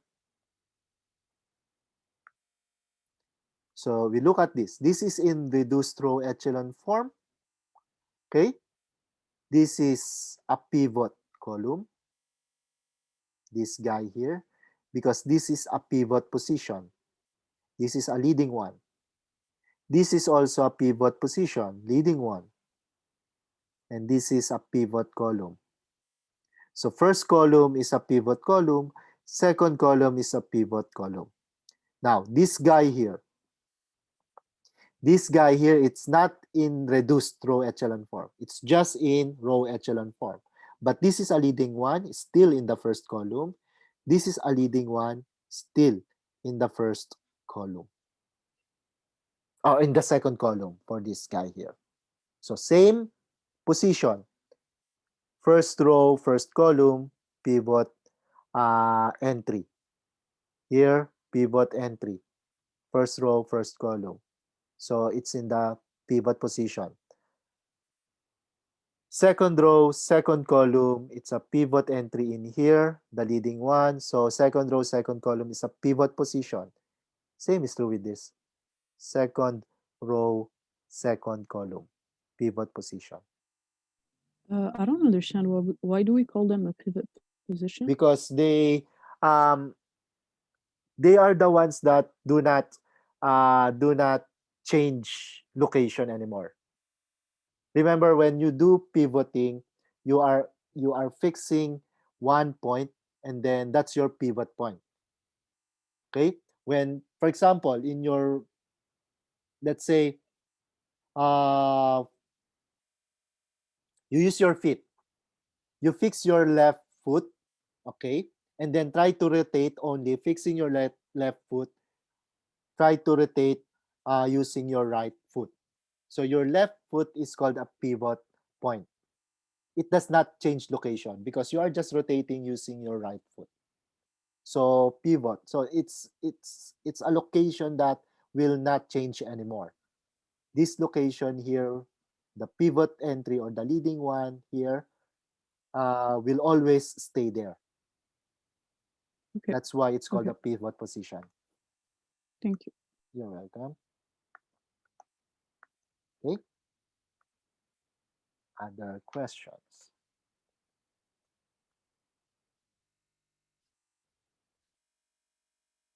Okay. Okay. So I think in the remaining slides here are just examples. Okay, so um, let me look at this theorem first. Okay, the next theorems. Okay, and then we will go back to this to work on this example later, and all other examples that will appear in here, we will work on them. Okay, so I want to discuss these two theorems or these three theorems here. Okay, and then we will have a break after I discuss these theorems. And then after the break, we work on the examples. Is that good? So anyway, you have the first theorem. If a homogeneous linear system has n unknowns, and if the reduced row echelon form of its augmented matrix has r non-zero rows, okay, then the system has n minus r free variables. Okay, so for example, in this guy here, okay, if these were zeros, this guy here zeros, this entry here is 0, you have 2 0 rows, you have 4 variables, so 4 minus 2, okay, 4 minus 2, that's the number of your free variables, and we had 2 here, z and w, z and w. Again, we are assuming if this is a 0, okay, we are assuming if this is 0, meaning you have the homogeneous linear system. Okay, 2 0 rows, 4 variables, 4 minus 2, it's equal to 2. That's the number of free variables. We have 2 free variables in here.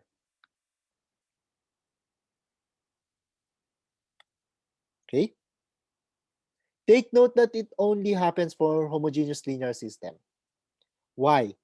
Because there is a possibility that for the non-homogeneous linear system, we don't have a solution. Okay, we don't have a solution. So you cannot just give number of free variables for the non-homogeneous linear system. Okay, let me give a particular example. So for instance, you have your say 1 0 0 1 0 1, and then you have your 0 0 1 1 1. Let me make this 0 also. Excuse me. Yes, 0. Could you tell me what's different between a free variable and a variable? Because you keep saying free variable right Free here. variables, it means you can just change it with any variable, with any number. Those are free variables. The variables, it's all the variables that you see. For example, I have X, Y, Z, W, maybe let me use, so W, X, Y, Z. So U, let me put this as U, Yeah. okay? So these are all variables, okay? On the other hand, I'll just finish this matrix and I will say why they are called free variables. The free variables only tells us that it can be changed to parameters and they do not depend on other variables. They are independent. Uh, So we'll see. We'll see in this oh, example. we'll see. We'll see. Okay. Yeah. So you have your 0 here. So 0, 1, 1 maybe. And then let's have a 0 row in here. Okay. So this is a pivot. This is a pivot position. This is a leading one. Okay. This is a leading one. Let me put here a 1 because this column just disappears. So let me put that 1. Okay. So anyway, you have your 1 in here, pivot position. This is a leading entry. The next leading entry is on this part, on the third. Agree? On the third column. This is a pivot column. This is your pivot position. Okay? And then what else? The next is this column, the U. Column for U. The fifth column, it's a pivot column. This is a pivot position because this is a leading one. Okay? So, as I have mentioned, X, Y, Z, W, U, they are all variables. Okay? But this Y, W, okay, this Y and W, they are free variables. Why are they free variables? Let us write your, your equations corresponding to this. You will have your X, you will have your X plus Y plus W equals 1. For the second equation in here, you will have your Z plus W equals 0. And then for the third equation in here, you just have U equals 1. Okay? Okay? Now, we look at this. If we look at this system here, we can write X as negative Y minus W plus 1. You can write your Z as minus W. And of course, your U equals 1. So what do you see? X, Y, Z, W, and U, they are all variables. But in this form, look at this. Your X depends on the values of Y and W. Your Z depends on the value of W. Your U, it's fixed to be 1. So U is not a free variable because it is fixed to be 1. It cannot be just anything. It should always be 1.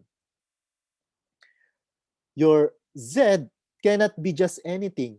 It should be negative W. Your X cannot just be anything. It should be something like this.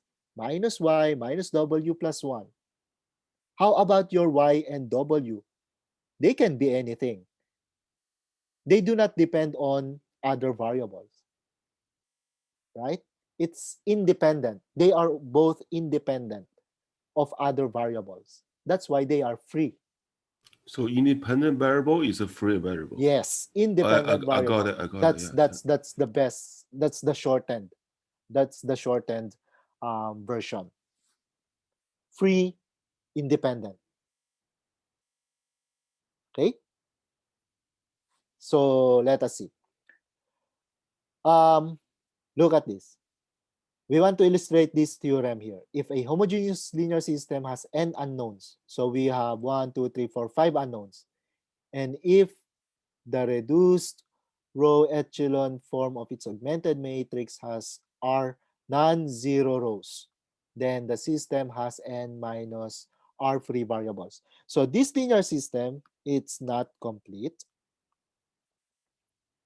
Okay, so let me erase now this part here.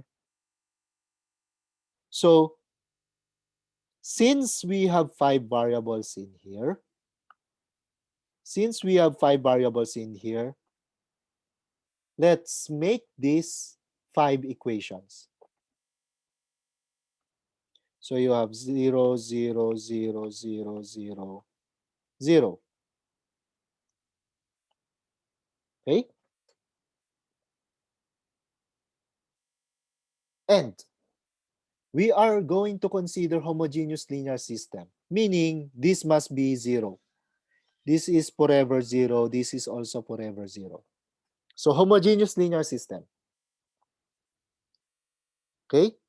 Homogeneous linear system. And in fact, since this is homogeneous linear system, we can just remove this part because it will be forever 0. Remember how we translate homogeneous linear system to augmented matrix? We don't write the B part. So homogeneous linear system, we only have this. The B, the right-hand side of the equation for each equations, they are all zeros. So we don't have to write them. We only write the coefficients of the variable. So 5 unknowns, 5 equations. Okay? 5 unknowns, 5 equations.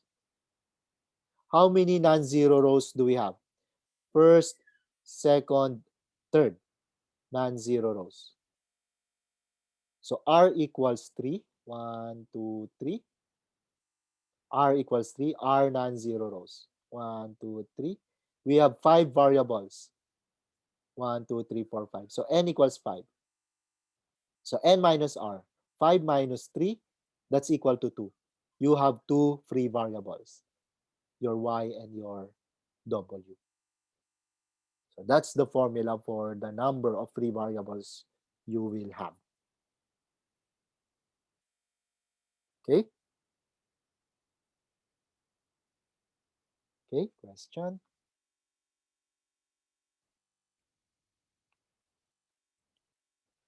Next, a homogeneous linear system with more unknowns than equations, okay, has infinitely many solutions. A homogeneous linear system with more unknowns than equations has infinitely many solutions.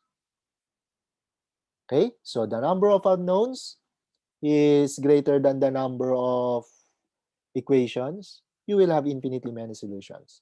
If we go back to this, so remember, in the previous one, I only had up to this 4 equations. And you have 5 unknowns. You expect this to have infinitely many solutions. Okay, you will expect that this has infinitely many solutions. Wouldn't it have no solutions if 0 is equal to 1? There is no 0 equals to 1 here because we have a homogeneous linear system. Take note of this. This is also a coefficient of the variable. Oh, okay, okay, okay. Yeah, because we are on the homogeneous linear system. We do not include the constant part. So yeah, Okay. but you are right. If you have 0 equals 1, no solution for that. Okay?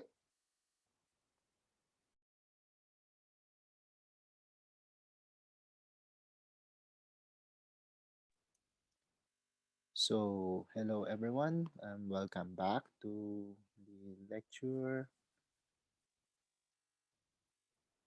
Okay, so what we're gonna do for the rest of the lecture today will be just solving the examples, the remaining examples for this set of slides.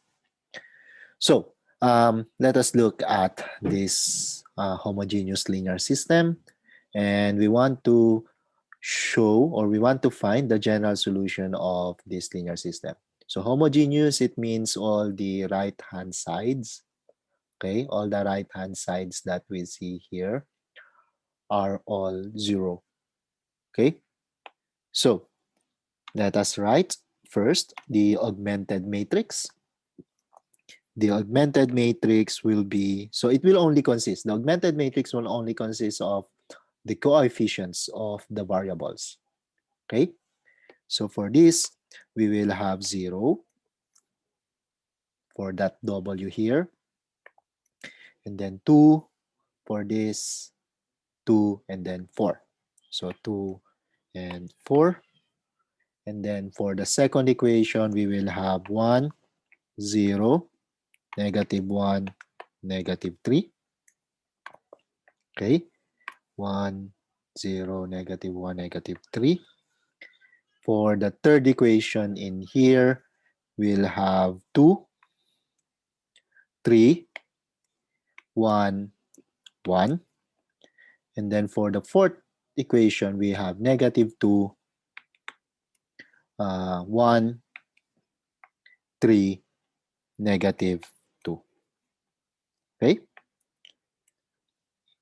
Just for emphasis and for a reminder, so our first column uh, are the entries in the first column are the coefficients of your variable W. Second column is for the variable X. Third column is for the variable Y, and the fourth column will be for the variable Z. Okay, so let us solve this. Gaussian elimination, or let us proceed with the Gauss-Jordan elimination, meaning we are going to consider also step 6. So the leftmost column with non-zero entries are for the column W here. Yes, question? So because they're all homogeneous, you don't need to put the last row as all zeros? Yes, yes. We Okay. don't need to put those last zeros here. Okay, thank you. You're welcome. So, okay. So the first column here, it does not consist of entirely zeros. So we consider that column. And then we choose one entry on that first column, which is non-zero. Particularly, let us choose this entry here. So for this entry, we now consider this row here. Okay. So for the second row, what we're going to do now is to put this on the top row, meaning this entry here must be put on the top entry. So to do that, we interchange rows 2 and 1. So interchange row 1 and row 2. Okay? So for that, we will have 1, 0, -1, -3. That becomes your new row 1. And then your new row 2 will be 0, 2, 2, 4. And then rows 3 and 4, they are fixed to their location. So you will have 2, 3, 1, 1, and -2, 1, 3, -2. Okay? So this is already one here. It's a leading one. Therefore, all we need to do now is to find a way to make all the other entries below that leading one equal to 0. Okay? So this is 0, it's fine. This one, we want to make this 0, and this one also, we want to make that 0. So for row 3, we are going to replace row 3 by row 3 minus 2, row 1. Okay? So we are going to use row 1 so that this will change to 0. Similarly, for row 4, let us use row 1 here. Okay? And we want to make this 0 also. So what we're going to do is we add row 4 plus 2 row 1. Okay? Row 4 plus 2 row 1. I have a question. Yes. So instead of doing row 3 minus 2, row 1, could we do row 3 minus plus row 4? You can do that if you are not going to do this row 3 minus 2 row 1. Okay. So yeah, you can add rows 4 and row 3. So one of them will be 0. Say if you do row 3 plus row 4, this part here will be 0. Okay? But the row 3, it will remain 2. And then you do another step. Okay? You do another step to make that 0. Okay? So you will have 2 separate steps if you are going to do row 3 plus row 4. Can we do it for both of them at the same time? Row No, 3. no, Oh, you okay. can't. You can only replace one of them at one single step. Okay. So for example, in this is one single step. I can only replace the row 3. This is another single step. I can replace row 4. Now, we combine this into a single step because I am using row 1 and row 1 will not change in this any combined step here. Unlike if you do row 3 minus row 4 or row 3 plus row 4, okay, that is a single step, okay, and only one will change.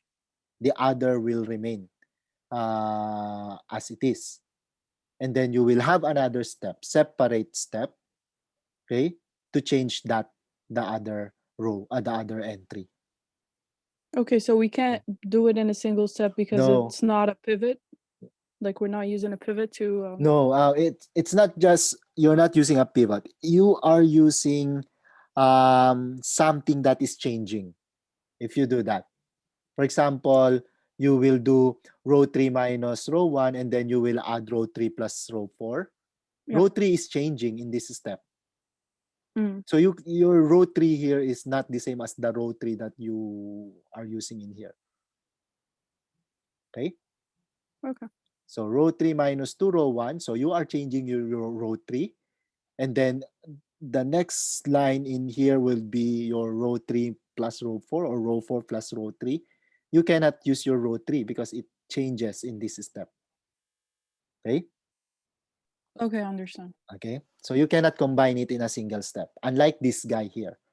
Unlike these two guys here, they only use row 1 and row 1 is not changing. So if you separate that, your row 1 is still this row 1. If you combine that, then your row 1, it's still this row 1. Okay? Okay, so let us proceed with these two operations here. Row 3 minus 2 row 2. So you are fixing row 1. So we just write 1, 0, -1, -3. I'm not touching row 2 also. So I'll just copy that. 0, 2, 2, 4. Row 3. Okay, row 3 minus 2, row 1. So here we have 2 minus 2. That becomes 0. 3 minus 0, that's still 3. 1 minus 2 times -1. So this becomes 1 plus 2. That is equal to 3. And then the other one, you have 1 minus 2 times -3. So 1 plus 6, that becomes 7 in here. Okay, so for row 4, we have row 4 plus 2 row 1. So -2 plus 2, that's 0 again. And then, so let me just clear this one. So 0. And then 1 plus 0, that's again 1. And then 3 plus 2, row 2 times -1. So 3 minus 2, that's positive 1. Then in here, you have -2 minus 2 times 3. So -2 minus 6, that's minus 8. Okay? So now, this is a pivot entry. This is a pivot position. All the entries below it are 0. So we can now proceed to the next round. So we now forget for a moment this row 1. We just look at rows 2 until 4. Okay? And this is now the leftmost column with non-zero entries. This column here, they are all zero, so we will not consider that. These have non-zero entries, so we look at this column. We choose an entry which is non-zero. We can choose any of the three here, but I'll just choose this one here. Okay, this two here. I mean, okay. So this is two. Okay, we consider this row. This is two. We want to make this one, and we can do that by dividing by dividing row 2 by 2. So row 2 divided by 2. So 1/2 row 2. Okay? So what will happen to our matrix? So row 1 is not changed. We just copy it. 1, 0, -1, -1. Row 2, we divide everything by 2. So 0 divided by 2, that's still 0. Here, 2 divided by 2, that becomes 1. 2 divided by 2, that becomes 1. And then 4 divided by 2, that becomes 2. And then you copy rows 3 and 4. So 0, 3, 3, 7, 0, 1, 1, -8. Okay? So this now is a pivot entry. This is a leading one. Okay, this is a leading one. Yes, question? For the first row, how come the fourth number is -1? Where? Yeah, you are right. Should be -3. That is correct. Thank you. Sorry. Mm-hmm. Hello. Why you try to put a row 2 over you times 1/2? I don't understand here. We divide it by 2 because we want to make this a leading one. It's 2 here. So we want to make it a leading one. We divide by 2. Oh, you want the leading one in a second column? I mean, like the row 2 second column. Yeah. Row 2 Why you second want? column. Why It's you want because that? look at this. Look at the steps. Okay. Look at the steps here. Okay. So if the entry that is now at the top of the column found in step 1 is not equal to 1, multiply the first row by its reciprocal in order to introduce a leading one. So our goal is actually to find the Leading one. reduced row echelon form. Okay. And the leading entries must all be 1. That's Okay. why they are called leading ones. Okay. The step 3. Okay. Yeah. Okay. Thank you. You're welcome. Is this the one we're working? Yes, this is the one. So that is the reason. This is a leading entry, which is 2. We want to make it a leading one, so we divide everything by 2. That row 2. Now, it is a leading one. Now, it is a leading one. So we want to make all the entries below that leading one equal to 0. So we want to make this 0. We want to make this 0. And to do that, so for row 3, what we can do is to subtract row 3 minus 3 row 2, sorry. So for row 3, we want to subtract row 3 minus 3 row 2. And for row 4, we want to subtract row 4 minus row 2. Okay? And again, we can combine this because we are not going to change row 2 in this step. Okay? We are not going to change row 2 in this step. Row 2 will be fixed. So, row 1 is not touched. So, we just copy it. 1, 0, -1, -3. Row 2, we are going to use it, but it will not change. Sorry, this might not be clear to your screen. So, this is row 2. So row 2, it's not changing in this step, so we just copy it. 0, 1, 1, 2. Okay? And then row 3, we do row 3 minus 3 row 2. So 0 minus 0, that's still 0. 3 minus 3 times 1, that becomes 0. 3 minus 3 times 1, that becomes 0 also. Then here you have 7. 7 minus 3 times 2. So 7 minus 6, that becomes 1. Okay? And then for row 4 minus row 2, okay, row 4 minus row 2, we will have 0 minus 0, that's 0. 1 minus 1, that's again 0. 1 minus 1 here, that's again 0. And then here, negative 8 minus 2, that's negative 10. Okay? So again, we are done with this round because this is a leading one and all the entries below it are now 0. We now go to the next round. We now go to the next round. If we look at this, meaning we cover rows 1 and 2. We are now going to look at rows 3 below. So row 3 and row 4. Now, the column, the leftmost column, which has non-zero entries, is this column. Okay? Is this column. So we are now going to look at this column. Both entries are non-zero. So we choose any entry. We'll just choose this entry here because it's already 1 there. Okay? So this is now a leading one. Take note, we don't have to do something like this because it's already 1.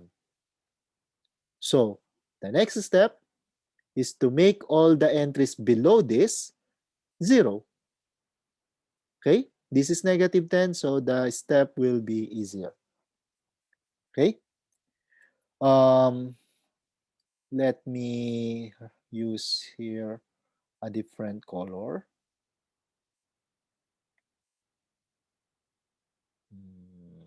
Maybe this guy here. Okay? So I will continue. Okay, I will continue up here. No. I will add another page. Page this. So we have something like this.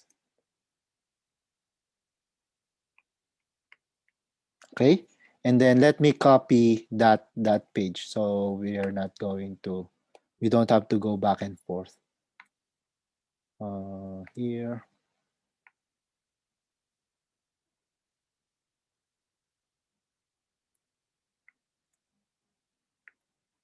Copy.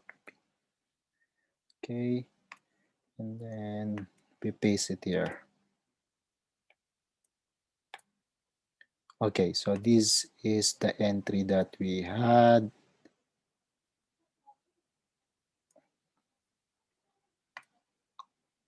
Oops.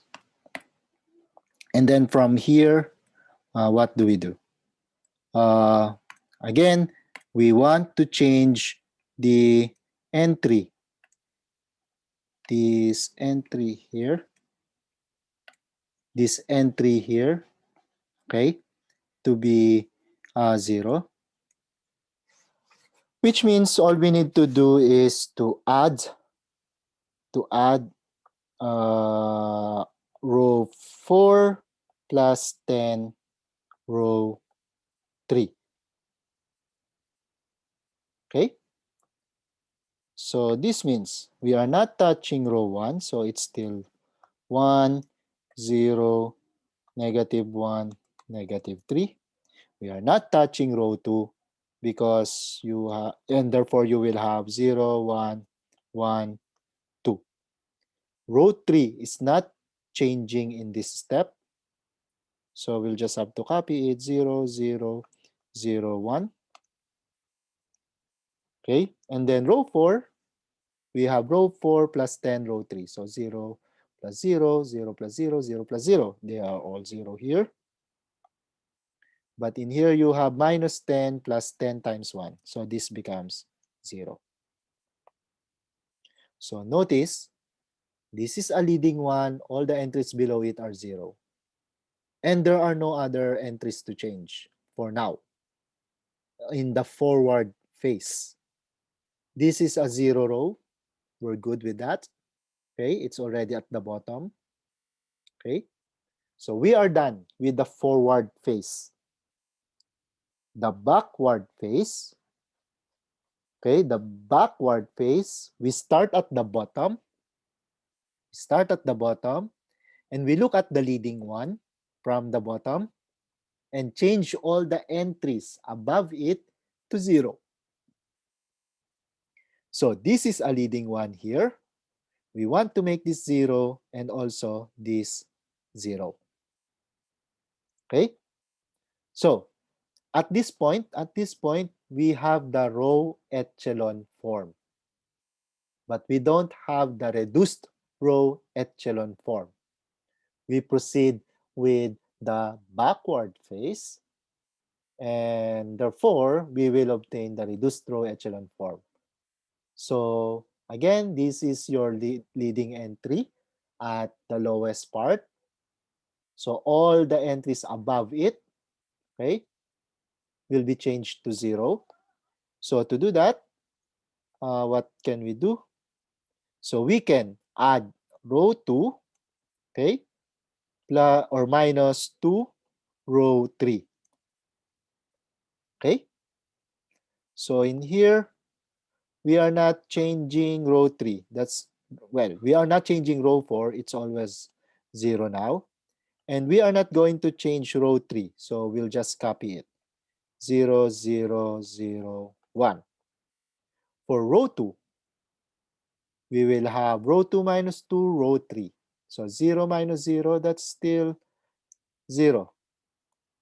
And then 1 minus 0 here, that's still 1.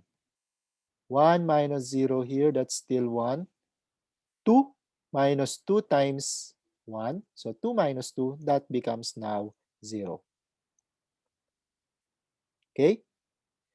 And this guy here, we want to change to 0. Okay? So we use the third row. We use row 3 to change this to 0. Okay? And to do that, we can just add row 1 plus 3 row 3. So notice, row 3 is not changing in these steps. So we can combine these 2 steps into a single step. Okay? So let us proceed with row 1 plus 3, row 3. You have 1 plus 0, that's still 1. 0 plus 0, that's still 0. Negative 1 plus 0, that's still negative 1. Here you have negative 3 plus 3 times 1. So negative 3 plus 3, that's 0. And so we're done with row 3. We look at the higher leading one. This is the higher leading one. But observe, all the entries above it are already 0. In fact, there's only one entry above it, and it's 0. So we don't have to work on this. And of course, this is the topmost leading one. So there's no entry above it anymore. Okay? So what we just obtained is the reduced row echelon form of the augmented matrix for this. Okay? So now, remember, you have to be consistent with the arrangement of the variables. So the first column, it's always your W in this case, okay? Second column, it's always on your X. Third is your Y. Fourth is your Z.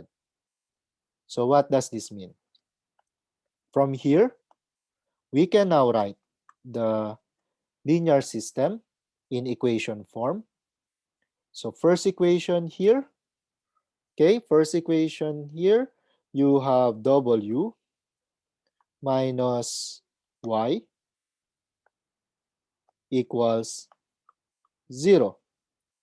The equal 0, it's because of this, okay? It will not change in any operation. It's always 0.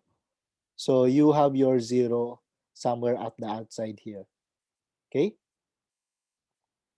And then for the second equation, we have your x plus y, okay? Then equals 0. And then your z, your third equation here, you just have z equals 0. And then the fourth equation, it's just 0 equals 0. So you don't have to write that one. Okay? Now, look. I mentioned the theorems earlier. Okay? And let us observe this reduced row echelon form. We have 4 variables. 1, 2, 3, 4. Okay? And then we have how many non-zero rows? 1, 2, 3. The fourth row, it's a 0 row, so we don't count it. So there are 3 non-zero rows. So 4 variables minus 3 non-zero rows, that's just 1 free variable. Okay, 1 free variable. And that free variable, it will correspond to the column which does not have any leading one. The y column here, there is no leading one in this. That's your free variable. And you will see that some of the other variables depend on that y. Okay? So here is your linear system. So to finish off, we can have what? So we can let y equals t. Okay? Let y be equal to t. Then what do we have? So w equals y. If we put this on that side, it is equal to y, and w is equal to t. And y is equal to t. So w equals t. Then your x equals negative y. Okay? So your x equals negative t. And your z, it's always fixed to be 0. Z is equal to 0. Okay? So, to completely write the final answer here, the complete statement, the general solution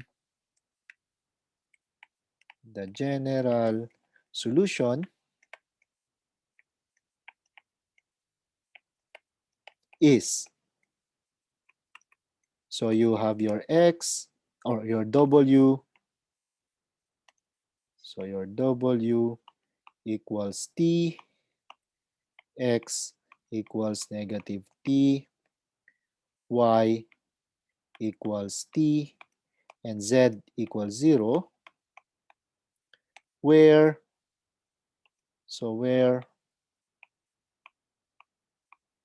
t is any number. Okay? So this is the general solution. So meaning, if you replace your t with any particular number, you will get a particular solution for the system. Okay? Question for this example? Excuse me, but the t could be 0?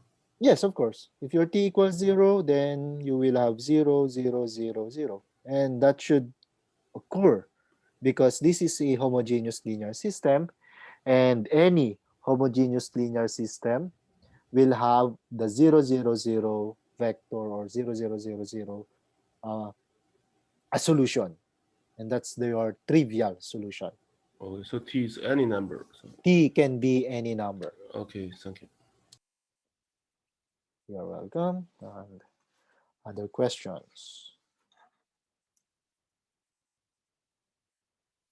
Okay. Now, let us look at the next example here. So solve the linear system. You have a plus 2b plus 2c equals 1, 2a plus b plus 3c equals 1, 3a plus 3b plus 5c equals 2. So in here, convert this to augmented matrix.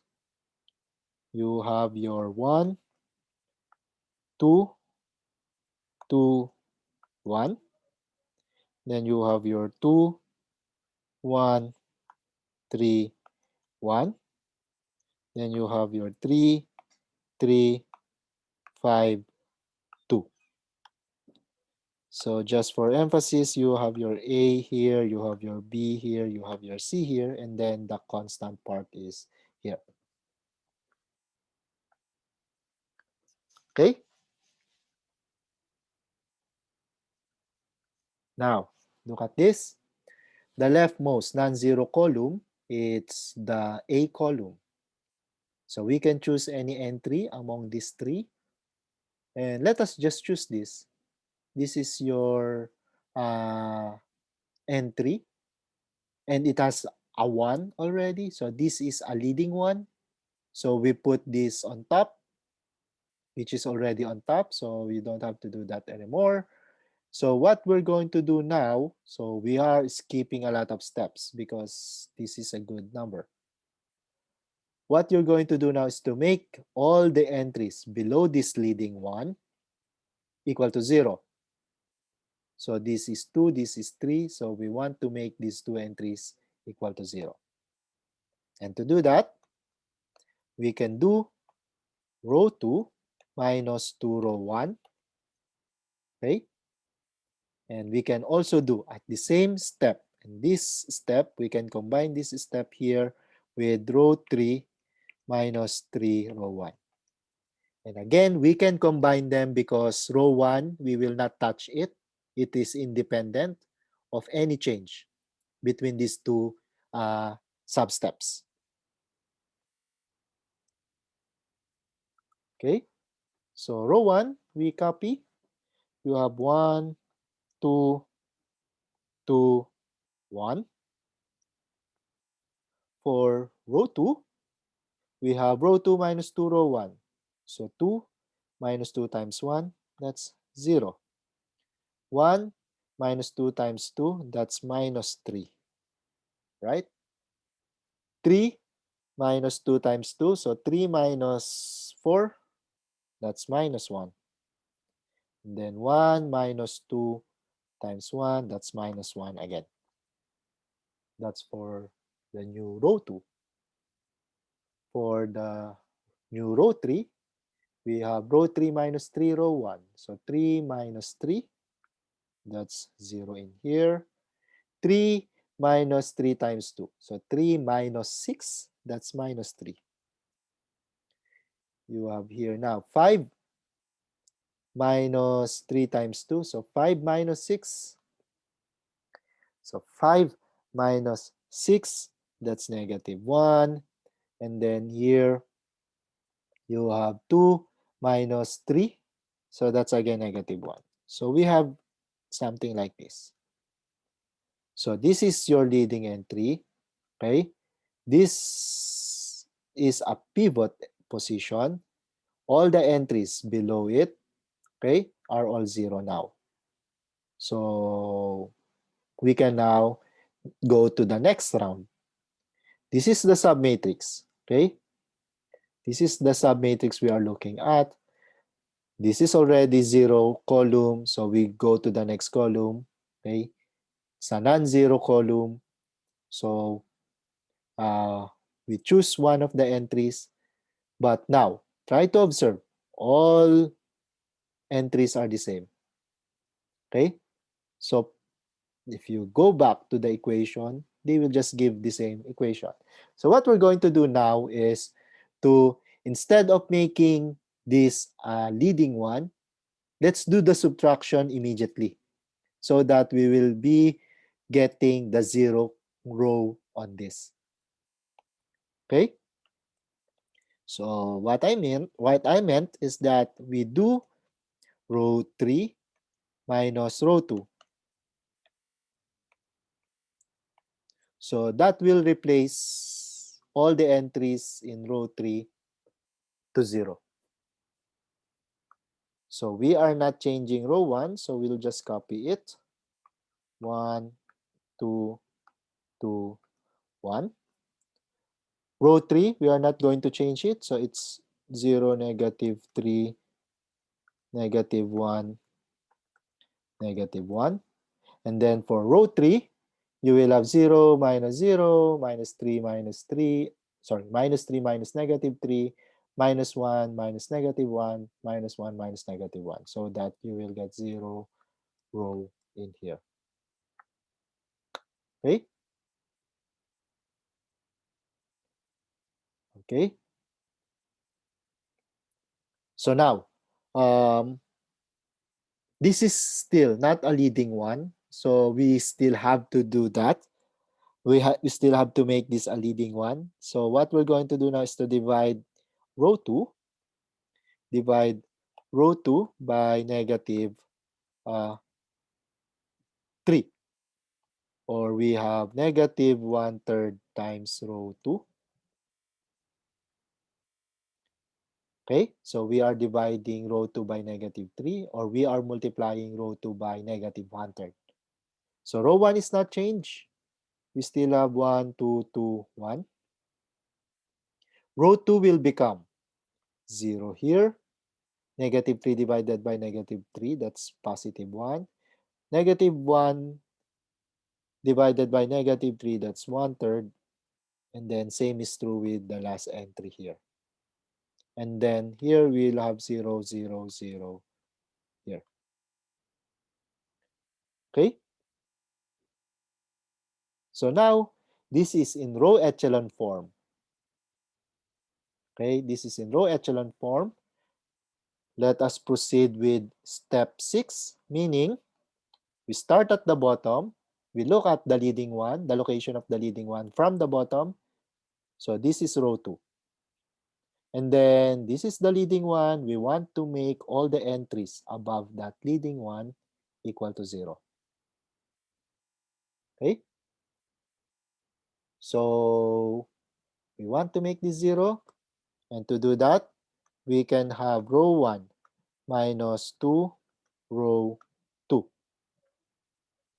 Okay? So now we are changing row 1 with the use of row 2.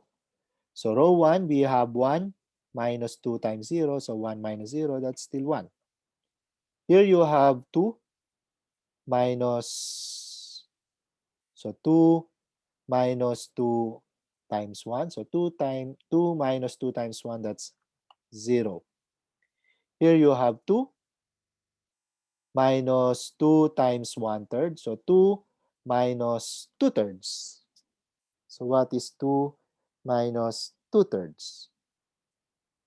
That's 4/3. Try to check the arithmetic there. So 4 over 3.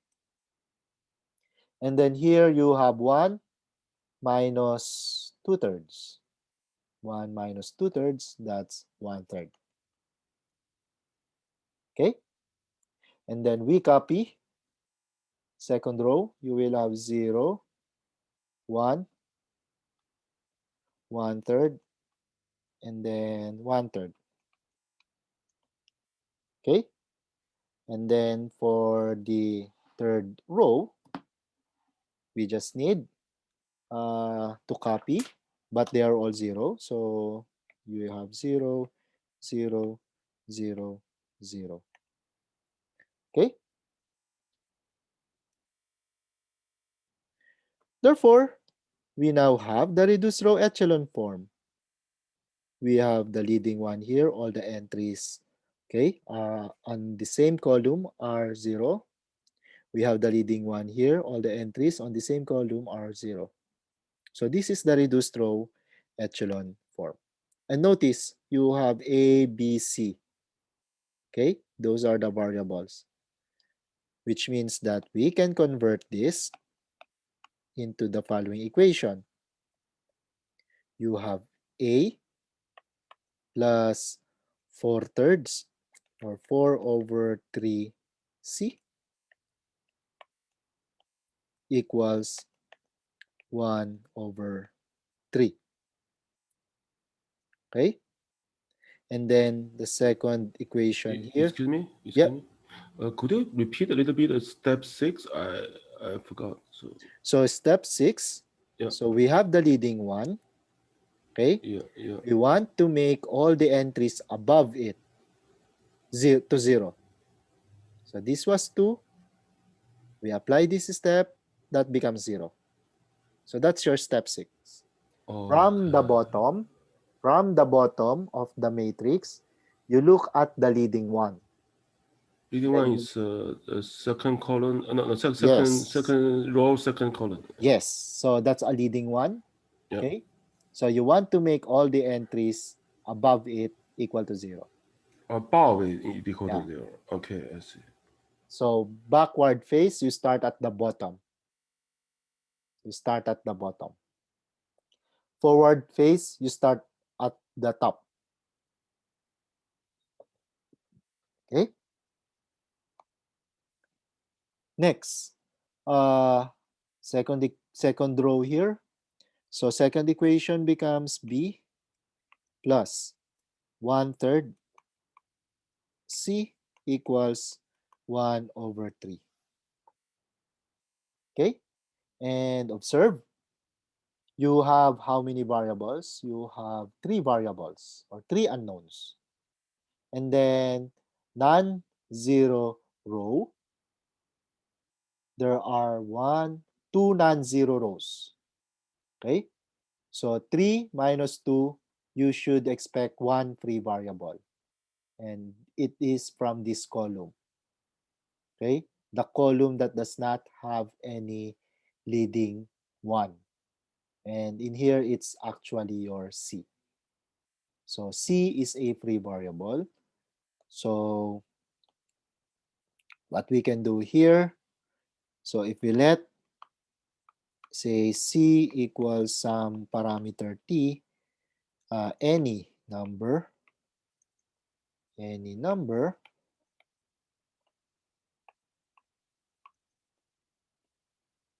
then we will have A equals. So you put your 4/3 C to the other side, you will have minus 4/3 T plus 1/3. And then for the B, you put this 1/3 C on the other side, you will have B equals negative 1/3 T plus 1/3. Okay? Or to write the final solution or final answer, the general solution is you have your A equals negative 4 over 3 T plus 1/3, B equals negative 1/3 T plus 1/3, and C equals T, okay, where T is arbitrary.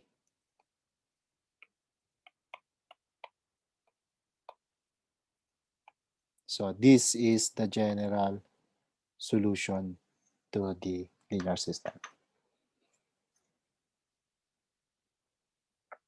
Okay.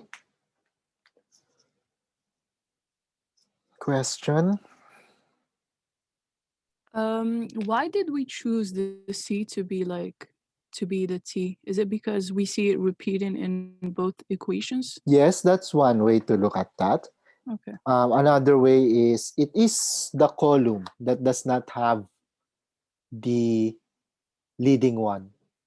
Look at this. So this is for column A, column B, column C. And column C has no leading one. So it's your free variable. Okay. So that's why we have C equals some number, some parameter. Okay. Question.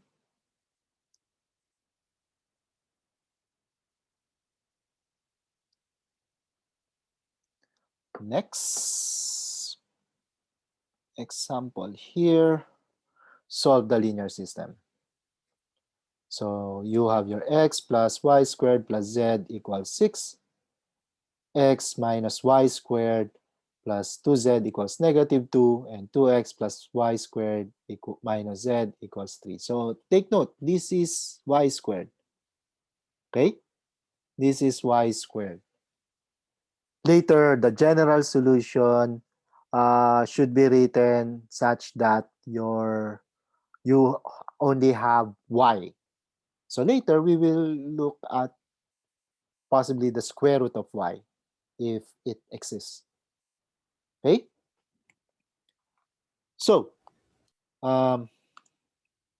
linear system or the augmented matrix, we have 1, 1, 1, 6. We have second is 1, -1, 2, -2. Oh, sorry. Yep. Sorry for y square is this is not a linear system, right? This It's is not not. linear. Oh yeah, you are correct. This shouldn't be linear system.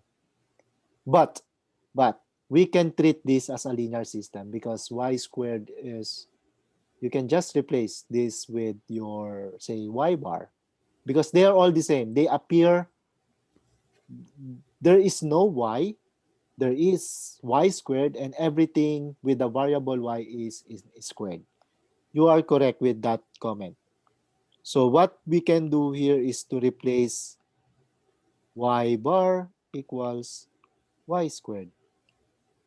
Oh, you mean like So it becomes linear. switch to the Yes. you put like that? It's okay. Yes. Yes, you can put that. And therefore, you have a linear system. Okay, so it's like Substitution. one small line up there, up above the y, and it's okay. Yes. Okay. Yes. Okay. So you are correct, by the way, that this is, originally, this is not a linear system. Yeah. But looking at the y squared as some another variable, say y bar, okay, then this is a linear system. Because there are no other y's that you see here except for y squared. If they have, if at least one of the equations have uh, x plus y squared plus z, then that is not a linear system because you have y and you have y squared. Okay? Unlike in this system, you only have y squared. So you can just replace that y squared with another letter and therefore get a linear system. Okay? So that's how we're going to treat that y squared for the moment. So in here, you have, on the last equation, you have 2, 1, -1, and then +3. So if we look at that, this is your x. This now we will treat it as y bar. And this is your z. Okay? And therefore, we have a linear system. Okay? Okay, so let us proceed with the Gauss-Jordan method.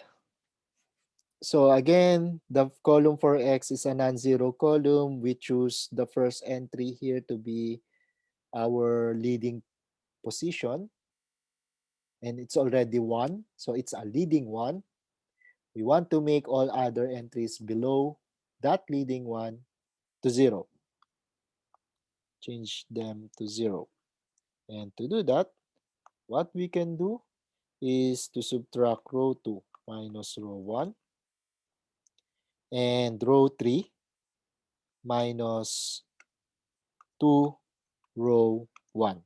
So notice I am only using row 1 to change row 2 and row 3. And row 1 is not changing in this combined steps. So this is a legal move. So we copy row 1, 1, 1, 1, 6. Then row 2 becomes row 2 minus row 1. So 1 minus 1, that's 0. Negative 1 minus 1, that's negative 2. 2 minus 1, that's 1. Minus 2 minus 6, that's minus 8. For row 3, you have 2 minus 2, that's 0.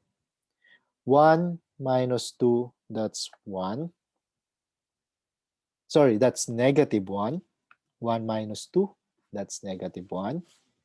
Minus 1 minus 2, that's minus 3.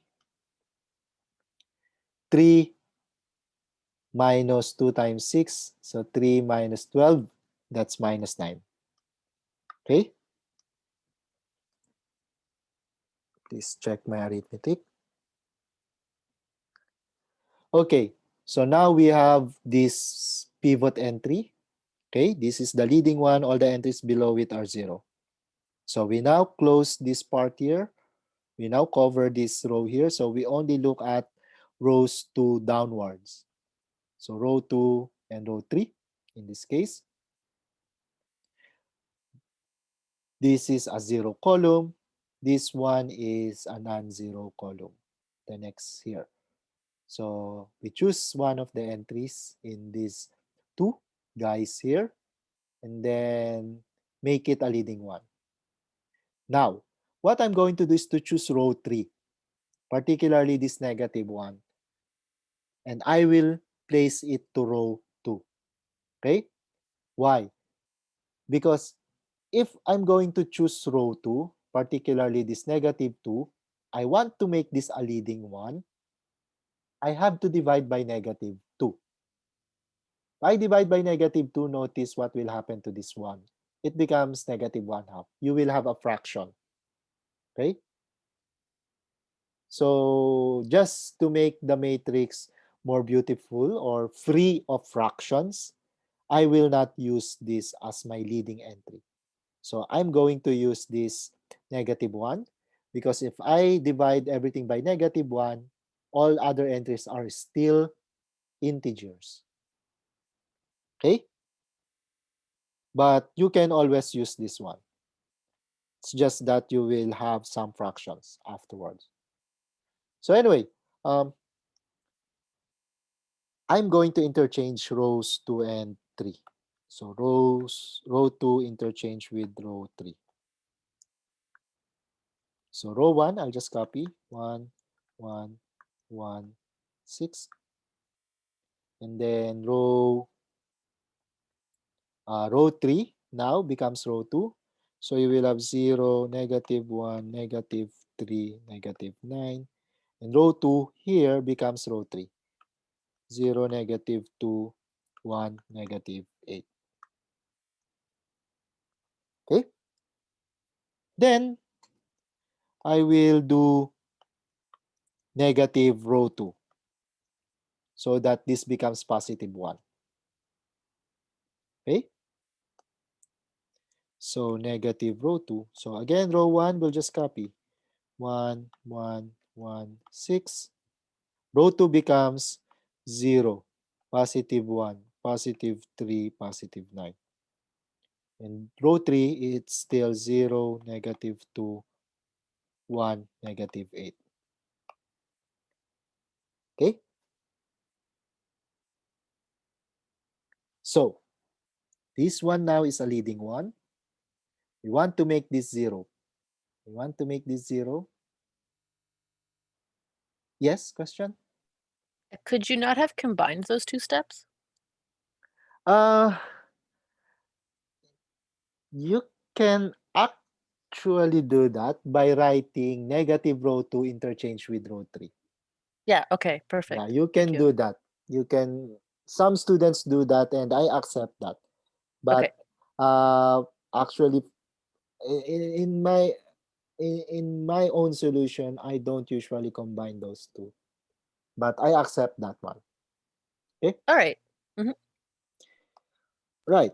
Sir, I So got yeah, I got a little bit problem. In this time right now, let's say you want -2 become 0, right? yes, But why you don't try to become you see the row 1, the column 2, the 1 becomes 0, no? this guy here, Yeah. not yet. We're not yet there. Okay, so first step is we try to find out the -2 becomes 0. Yeah, because we are still on the forward step. So from top going to bottom. We want Okay. to make the leading ones from top going to bottom, and therefore all the entries below the leading ones must be 0. So this is a step, which The number step? forward step. We This call is the step this is I think step 5. step 5. Okay. Yeah. But this is forward step. We call it the forward step or Okay. forward phase. So we are still looking at the leading one, and then replace all the entries below the leading one, make them 0. Okay, that's why here we only have row 3 plus 2 row 2. Okay, and again we are not changing row 1, so we copy 1 1 1 6, and then row 2 we are fixing it, so we just copy 0 1 3 9. For row 3 we do row 3 plus 2 row 2. So 0 plus 0 here, that's still 0. Minus 2 plus 2 times 1, that becomes 0 now. Here, 1 minus, or 1 plus 2 times 3, so 1 plus 6, that's 7. And in here, you have minus 8 plus 9 plus 2 times 9. So 2 times 9, it's 18. So minus 8 plus 18, that's equal to 10. So you have this.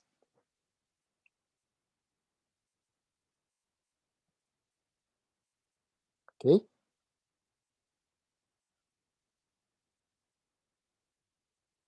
Next. So this is a leading one. All the entries below it are 0. So now we look at this. We now cover rows 1 and 2. We only have row 3. So what's left to do in this row 3 is to make this a leading one. Okay. And to do that, all we need to do is to divide row 3 by 7. So 1 over 7 times row 3, sorry. 1 over 7 times row 3, which means now we will not be able to escape that fraction. So we have 1, 1, 1, 6. Here you have 0, 1, 3, 9. Then here you have 0, 0, 1, 10 over 7. Okay? So this one, we now have a reduced row echelon form. Reduced row, sorry, we have a row echelon form, not yet reduced. To reduce it, we start at the bottom, we look at the leading one, and then change all the entries above that leading one to 0. Okay, so we are now on step 6, backward phase. So this is your leading one. We want to make this 0 and also this equal to 0. Okay, and to do that, what we can do is to add row 3 minus 3 row, sorry, what we can do is to add row 2 minus 3 row 3. because we are using now row 3 to change row 2. And similarly, on this step, we can combine it. We can combine row 1 minus row 3. So this operation here will make this guy here 0. Okay? So what do we get? We copy row 3. So you will have 0, 0, 1, and then 10/7. For row 2, we have 2 minus 3 row 3. So 0 minus 0, that's still 0. 1 minus 0, that's still 1.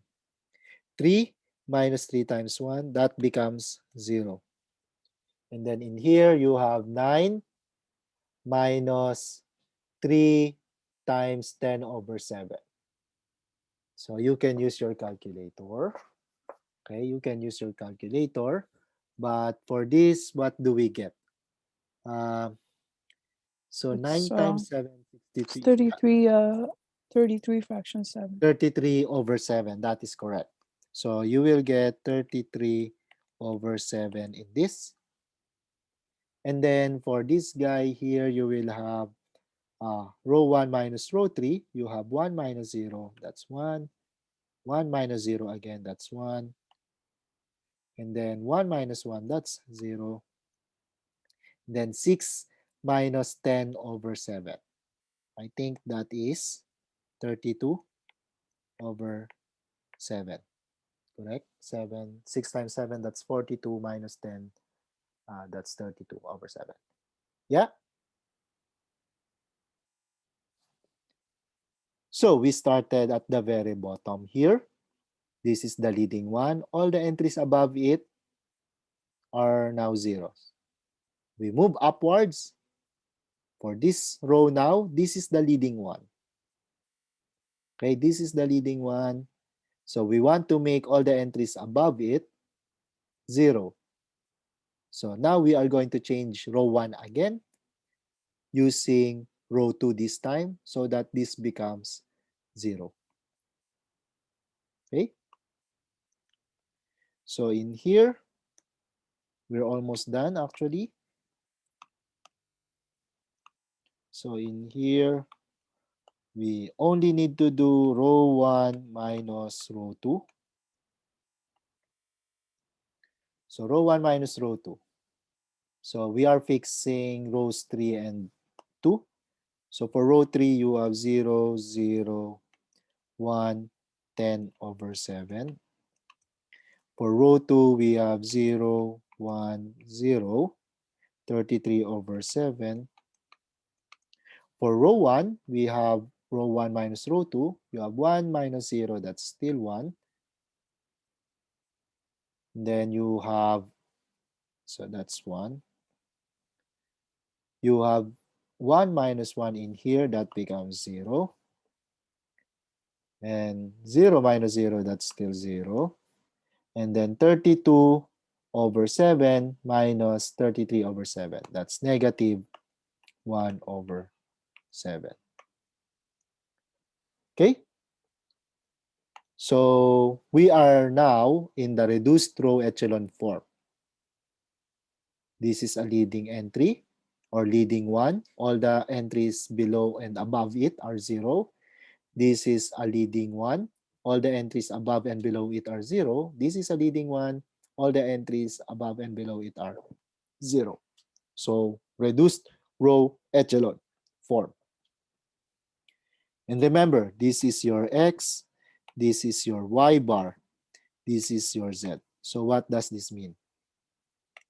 This means your X equals negative 1/7. Your Y bar equals 33/7. And your Z, this is equal to 10/7. Okay? Now, this is Y bar. We had originally y squared, so we will be computing for the value of y. So what does this mean? You just have to copy your x and z. But this time you will have, since your y squared, this was your original y bar, and you had 33 over 7. This means that your y equals plus or minus, you take the square root of that, 33 over 7. Okay?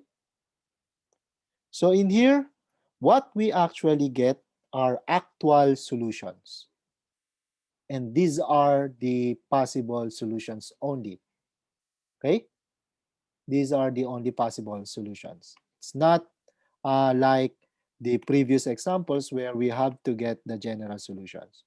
So the solution, the solutions are, so let me put this in ordered triple. Solutions are negative 1 over 7, negative square root of 33 over 7, comma 10 over 7. And the other solution is negative 1 over 7, comma positive square root of 33 over 7, comma 10 over 7. I have a question. Yes. If we found that y bar equals minus 33 over 7, it's so we don't have any results, like we don't have any, Yes. okay. But is The, it for the whole linear system, or is it just y doesn't have a solution? it's for the whole linear system. Okay. Okay. So as a linear system written this way, if you obtain y bar equals negative, some negative number, the linear system for this form will have a solution. But the actual problem, which is on this form, okay, the actual problem won't have any solution because you have y squared in this part. Y squared equals negative number will not happen. Okay? So that's a very good question. So what if you had the variables x squared, y squared, and z squared? So you can replace your x, y, z as x bar, y bar, z bar. You will be able to compute, possibly, you will be able to calculate the solution for that linear system with the replaced variables x squared, y squared, z squared. But you have to go back to the original problem. The original problem involves y squared, x squared, and z squared. So if there is a negative number for x squared or y squared or z squared, then the original problem does not have any solution. Okay? So you always go back to the original problem. After you solve everything, you have to check. Okay?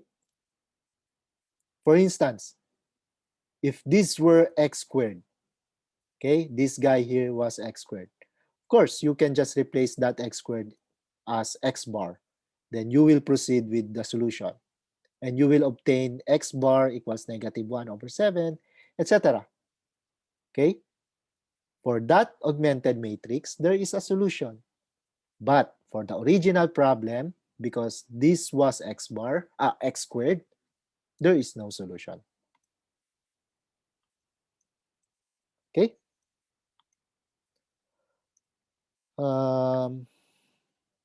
Another problem here. Yeah, for this problem, for example, you have your x squared plus y squared plus z squared equals 6.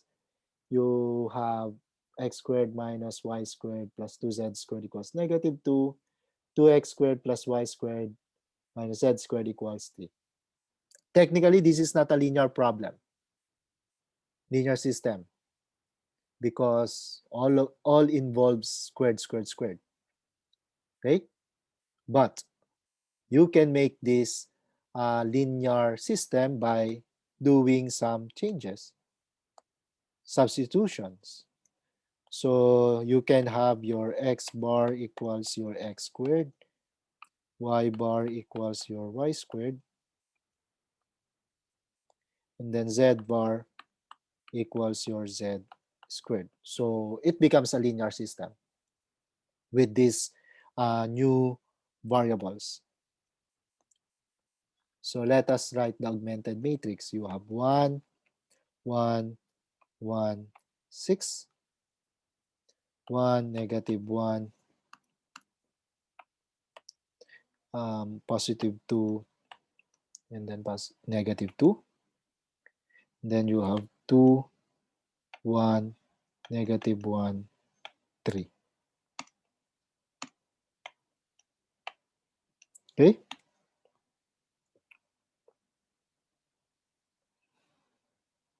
Okay? I think this was the previous example. 2, 1, -1. 2, 1, -1. 1, 1, 2, -2. Sorry, I have to check. 1, 1, negative 1, -1, 2, -2. 1, -1, 2, -2. Yeah, this is the same problem as in before. Okay? This is the same problem as in before. 1, 1, 1, 6. Okay? This is the same problem as in before. But notice, you have your x squared, y squared, z squared. So you can repeat all the process. Just try to repeat. Okay? So if you do all the steps, you will have R, R, E, F.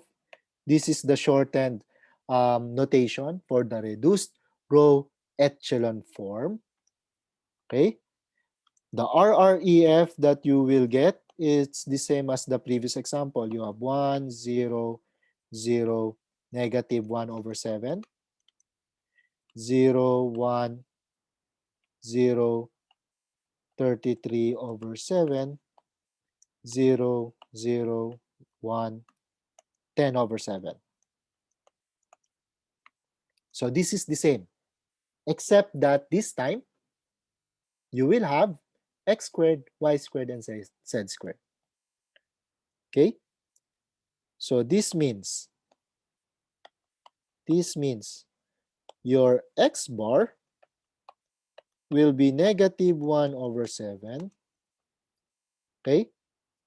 Your y bar and z bar, you have your 33/7 and 10/7 respectively. So we are just copying the solution as in the previous example. Okay? But this time,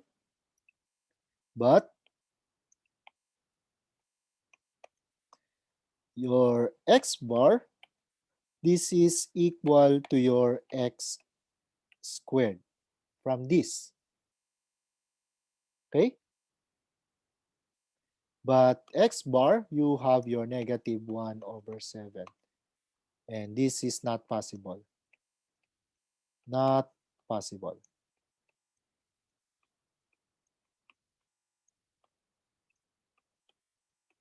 Okay? So the system. So the system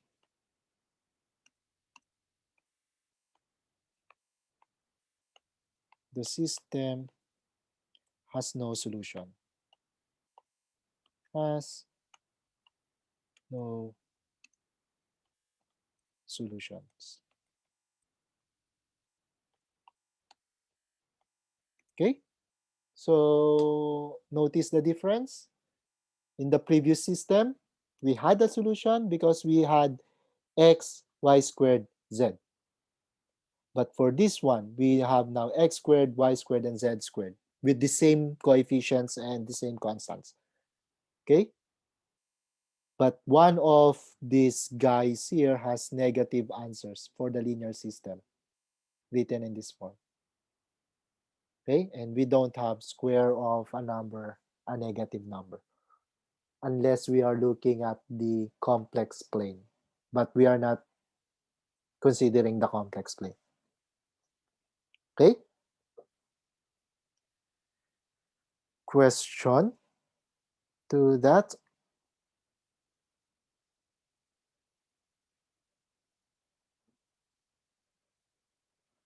Okay.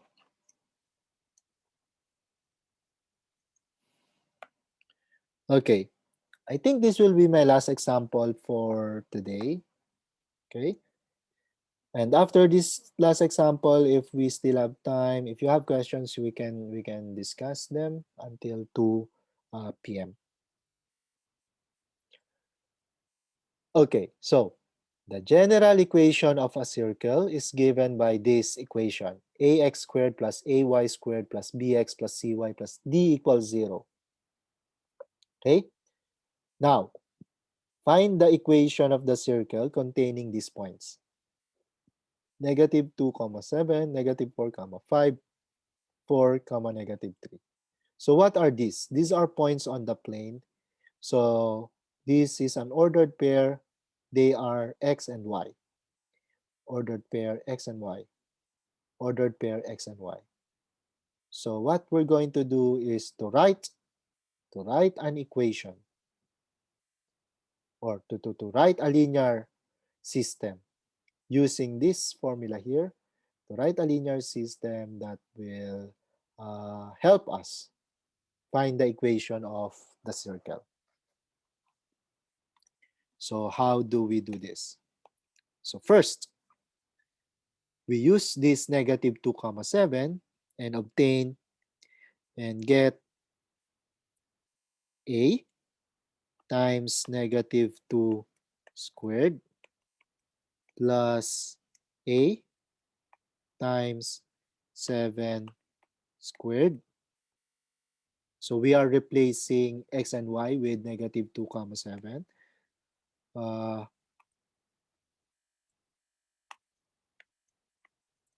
then you have your bx plus b times negative 2 plus c times 7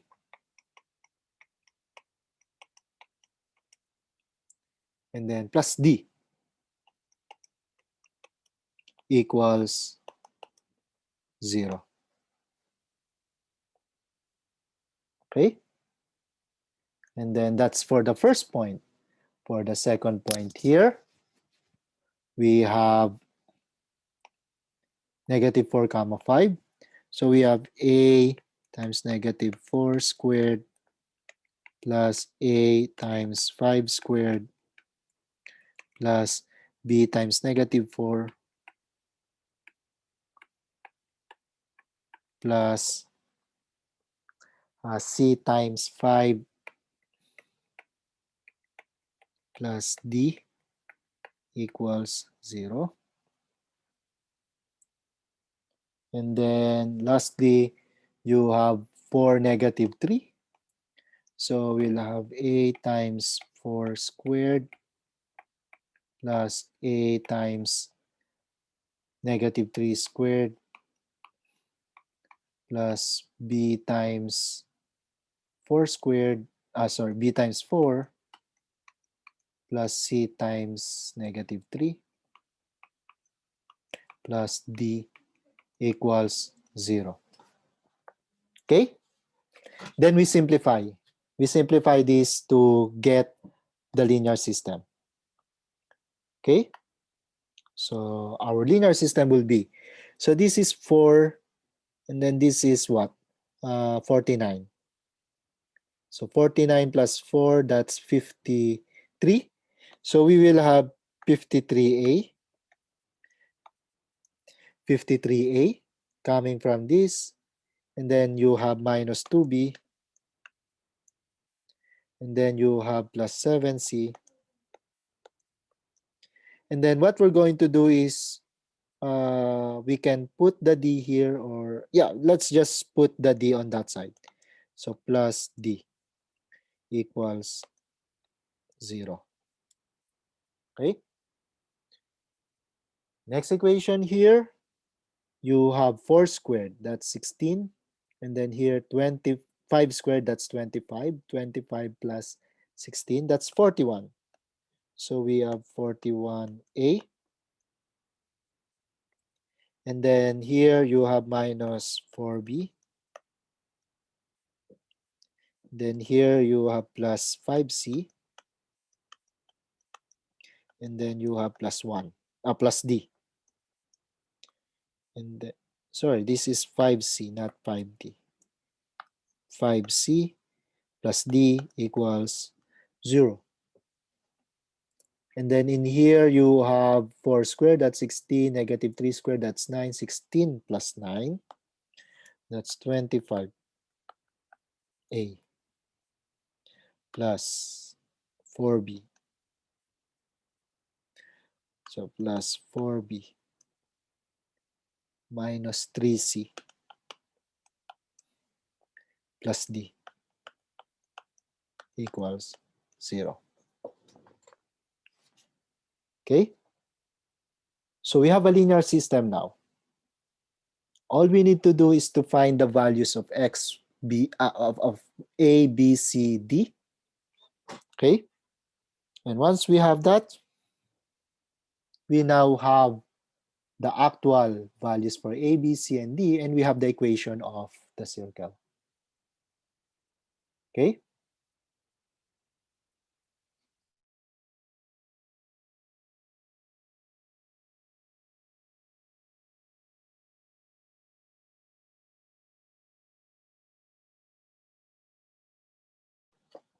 The augmented matrix will be, you have 53 minus 2 plus 7. Oh, sorry, why do I have to put plus? There's no need to do that. So 53, negative 2, 7, and 1. Then next row, it's 41, negative 4, 5, 1.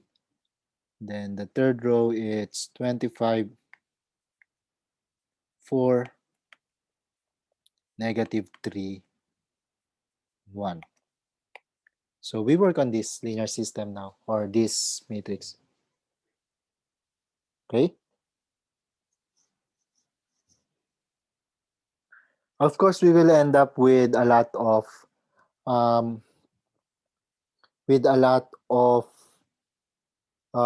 fractions in this way of writing. Okay?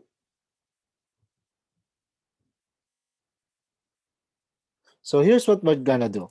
To avoid those fractions, okay, to avoid those fractions, what we're gonna do is to interchange the location of A and D. Okay? We interchange the location of A and D. So if we do that, the D will be on the first column, the A will be on the second, on the last column. Okay?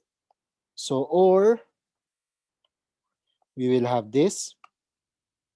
You have 1, negative 2, 7, 53. Okay? And then you have 1, negative 4, 5, 41. And then you have 1, 4, negative 3, 25. Just make sure that we label properly. This is your D, this is your B, C, and then this is your A. Okay? So we are doing this because we want to reduce the appearance of fractions. Okay? Yes, question. Could we just write the whole thing backwards so that it's still in order? So DCBA Sure, instead of you just can. switching? Yeah, you can do that. You can do that Okay. if you want to. Yeah, you can always do that. Okay. Just make sure that you have the same you have coefficients of the same variable in the same column. Yes, of course. Yeah, that's totally fine. Yeah. Okay, cool. Okay. So anyway, let us work on this arrangement. Then what's next? Let us put it here. So this is now a leading one. We want to make these guys here 0, the second and the third entry in the first column. So what we can do is to what?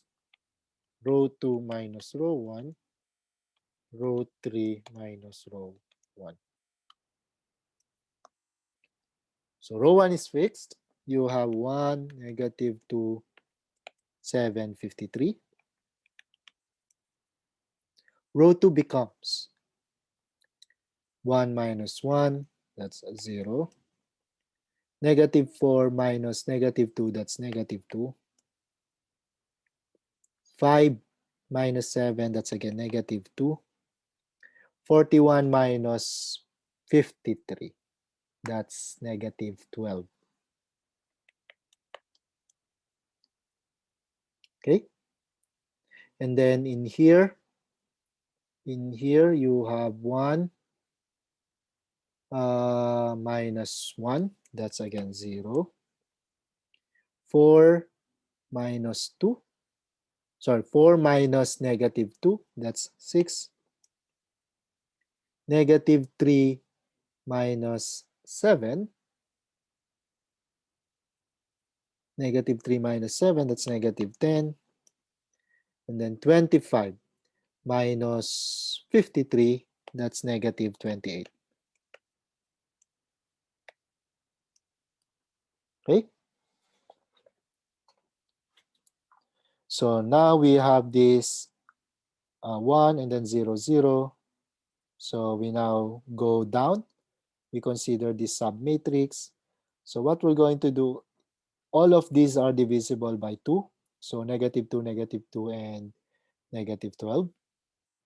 Okay? So since they are all divisible by 2, let's just choose that row. Okay? And then particularly, let us divide this row here by -2. So we can introduce the leading one. So -1/2 row 2. So we will have 1, -2, 7, 53. And then we will have 0, 1, 1, 6.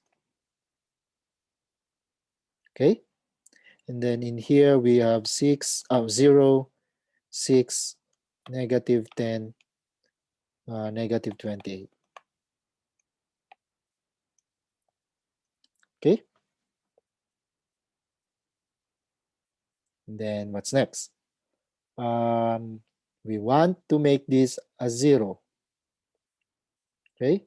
And in order to do that, we do row 3 minus 6 row 2. So we want to make this 0. When doing that, we will have, so we fix row 1 and row 2. So row 1, it's 1, -2, 7, and then 53.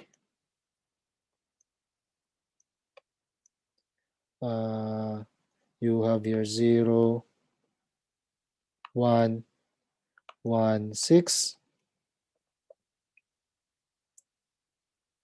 And then you have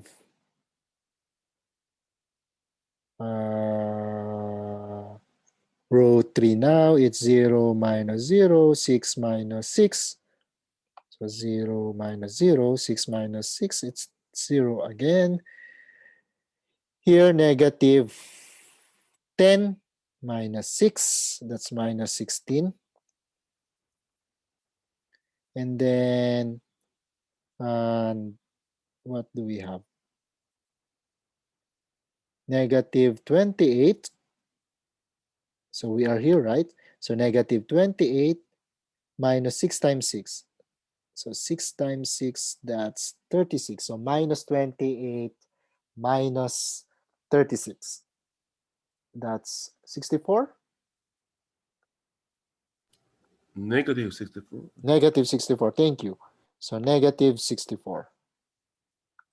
Okay. Sorry. So basically, it's like in the bottom. In the bottom, we do the first, and after we do the top, right? Yes. Okay, always like this. Yes. From top to bottom and then bottom to top. Okay. And then what's next? Here we have this is 1, and then we have the leading 0 here. So we can now this is the leading one, and then we have the 0 at the bottom, so we can now proceed with again step 5. So this is the remaining row left without the leading one. But here we have 16. We can divide everything by what? This is divisible by 64 is divisible by 16. And that's lucky for us. Divide by negative 16. Yes, thank you. So we have this. Row 3 divided by negative 16, or 1 over 16 times row 3. And we will get 1, negative 2, 7, 53, 0, 1, 1, 6, 0, 0, 1. Negative 64 divided by negative 16, that's 4. Okay.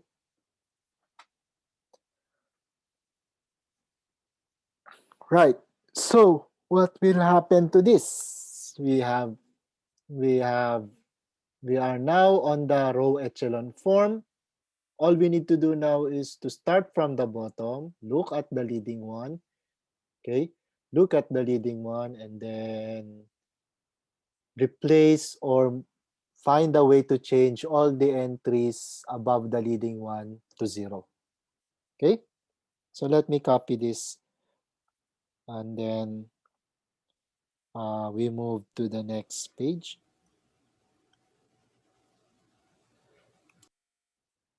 Okay, then here at the next page. So we are here.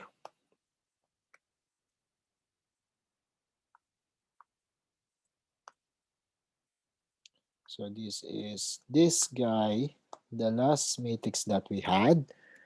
And then we want to change row 2. We want to make this 0 here. So we have row 2 minus row 3. So row 2 minus row 3. And we will have 0, 0, 1, and then 4. And then for the row 2, we have 0, 1, and then that's 1 minus 0. This is 1 minus 1. That becomes 0. Then 6 minus 4, that becomes 2. Okay? And then we also want this to be 0. So we will have row 2, or row 1, minus 7, row 3. So here you have 1 minus 0, that's 1. Minus 2, minus 0, minus 2 minus 0, that's minus 2. 7 minus 7 times 1, that's 0 there. 53 minus 7 times 4. So 53 minus 28. Okay, 53 minus 28. What is that? 25. Are we good? So 25 in here.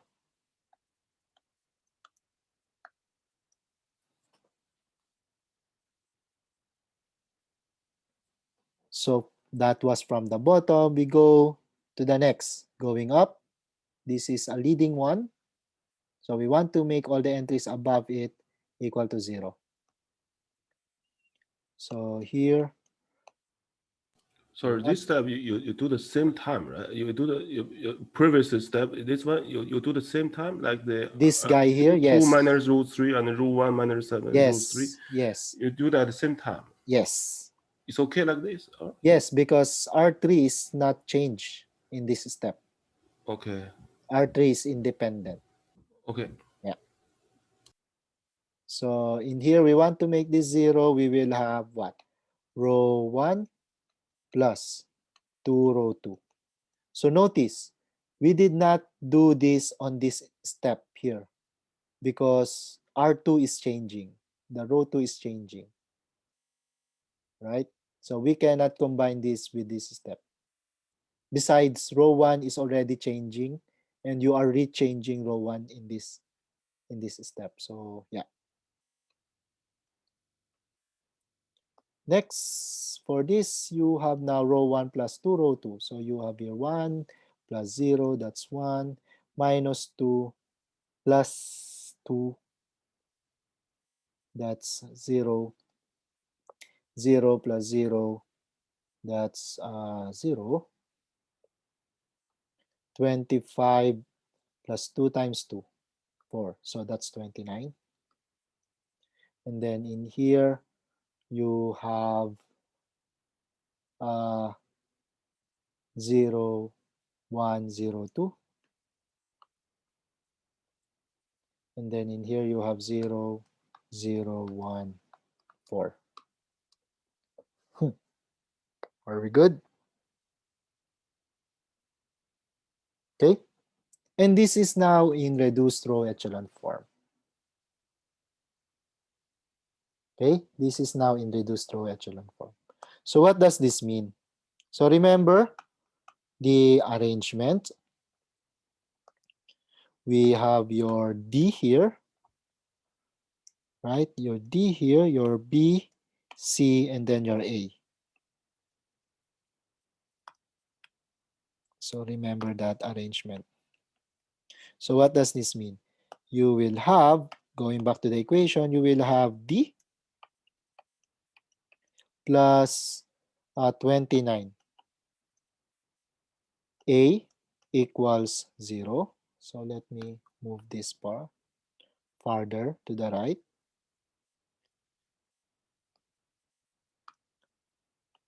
Plus 29. A equals 0. D, and then you have your B plus 2A. So let me clarify this. 2A equals 0. And then here you have your C plus 4A.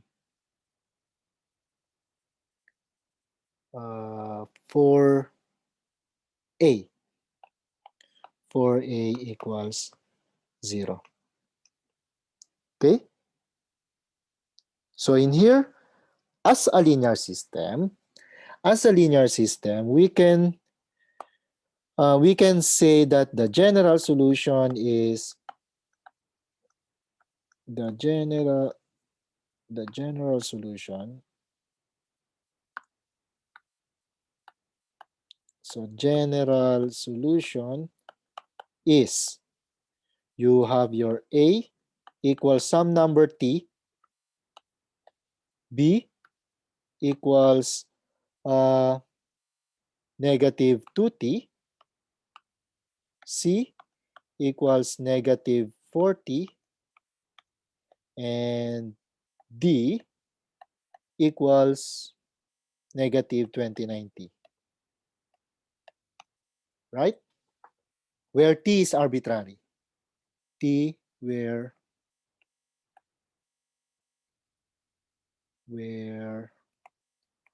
t is arbitrary.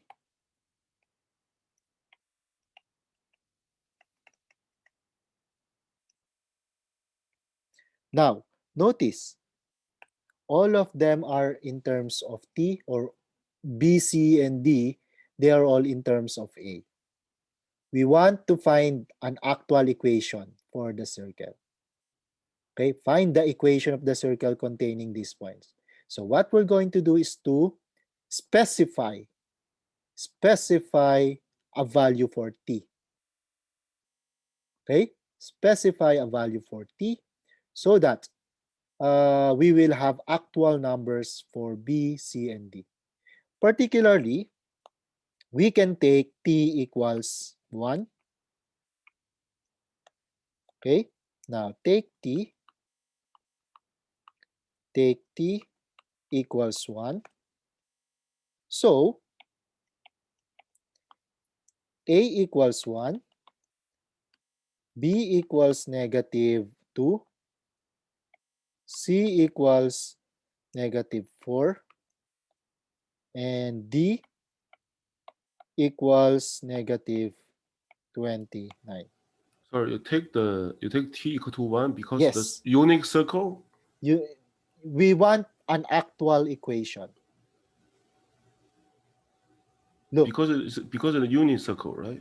not really in unit circle. This is actually not a unit circle. Yeah, but you think about it, maybe it's better to. No, by taking equals 1, it means we choose the number t to be 1. It's not the radius. It's just the letter A, the coefficient of x squared and y squared. It's not the unit circle. But we take t equals 1 to simplify everything. You can take anything. You can take t equals 2, t equals 3. But you will see later, if you do that, you can still divide this. You can still simplify the equation if you took other numbers. So let us just use t equals 1. Okay? Thus, the general solution, or the equation of the circle,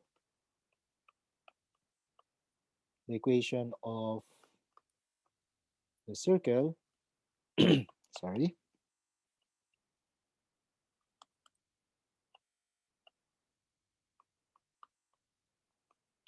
the equation of the circle is, so with a equals 1, you will have x squared plus y squared. B equals -2, so minus 2x. C equals -4, so minus 4y. And D equals -29, so minus 29 equals 0. So this is the equation of the circle that will contain these 3 points. Okay? Question? Question?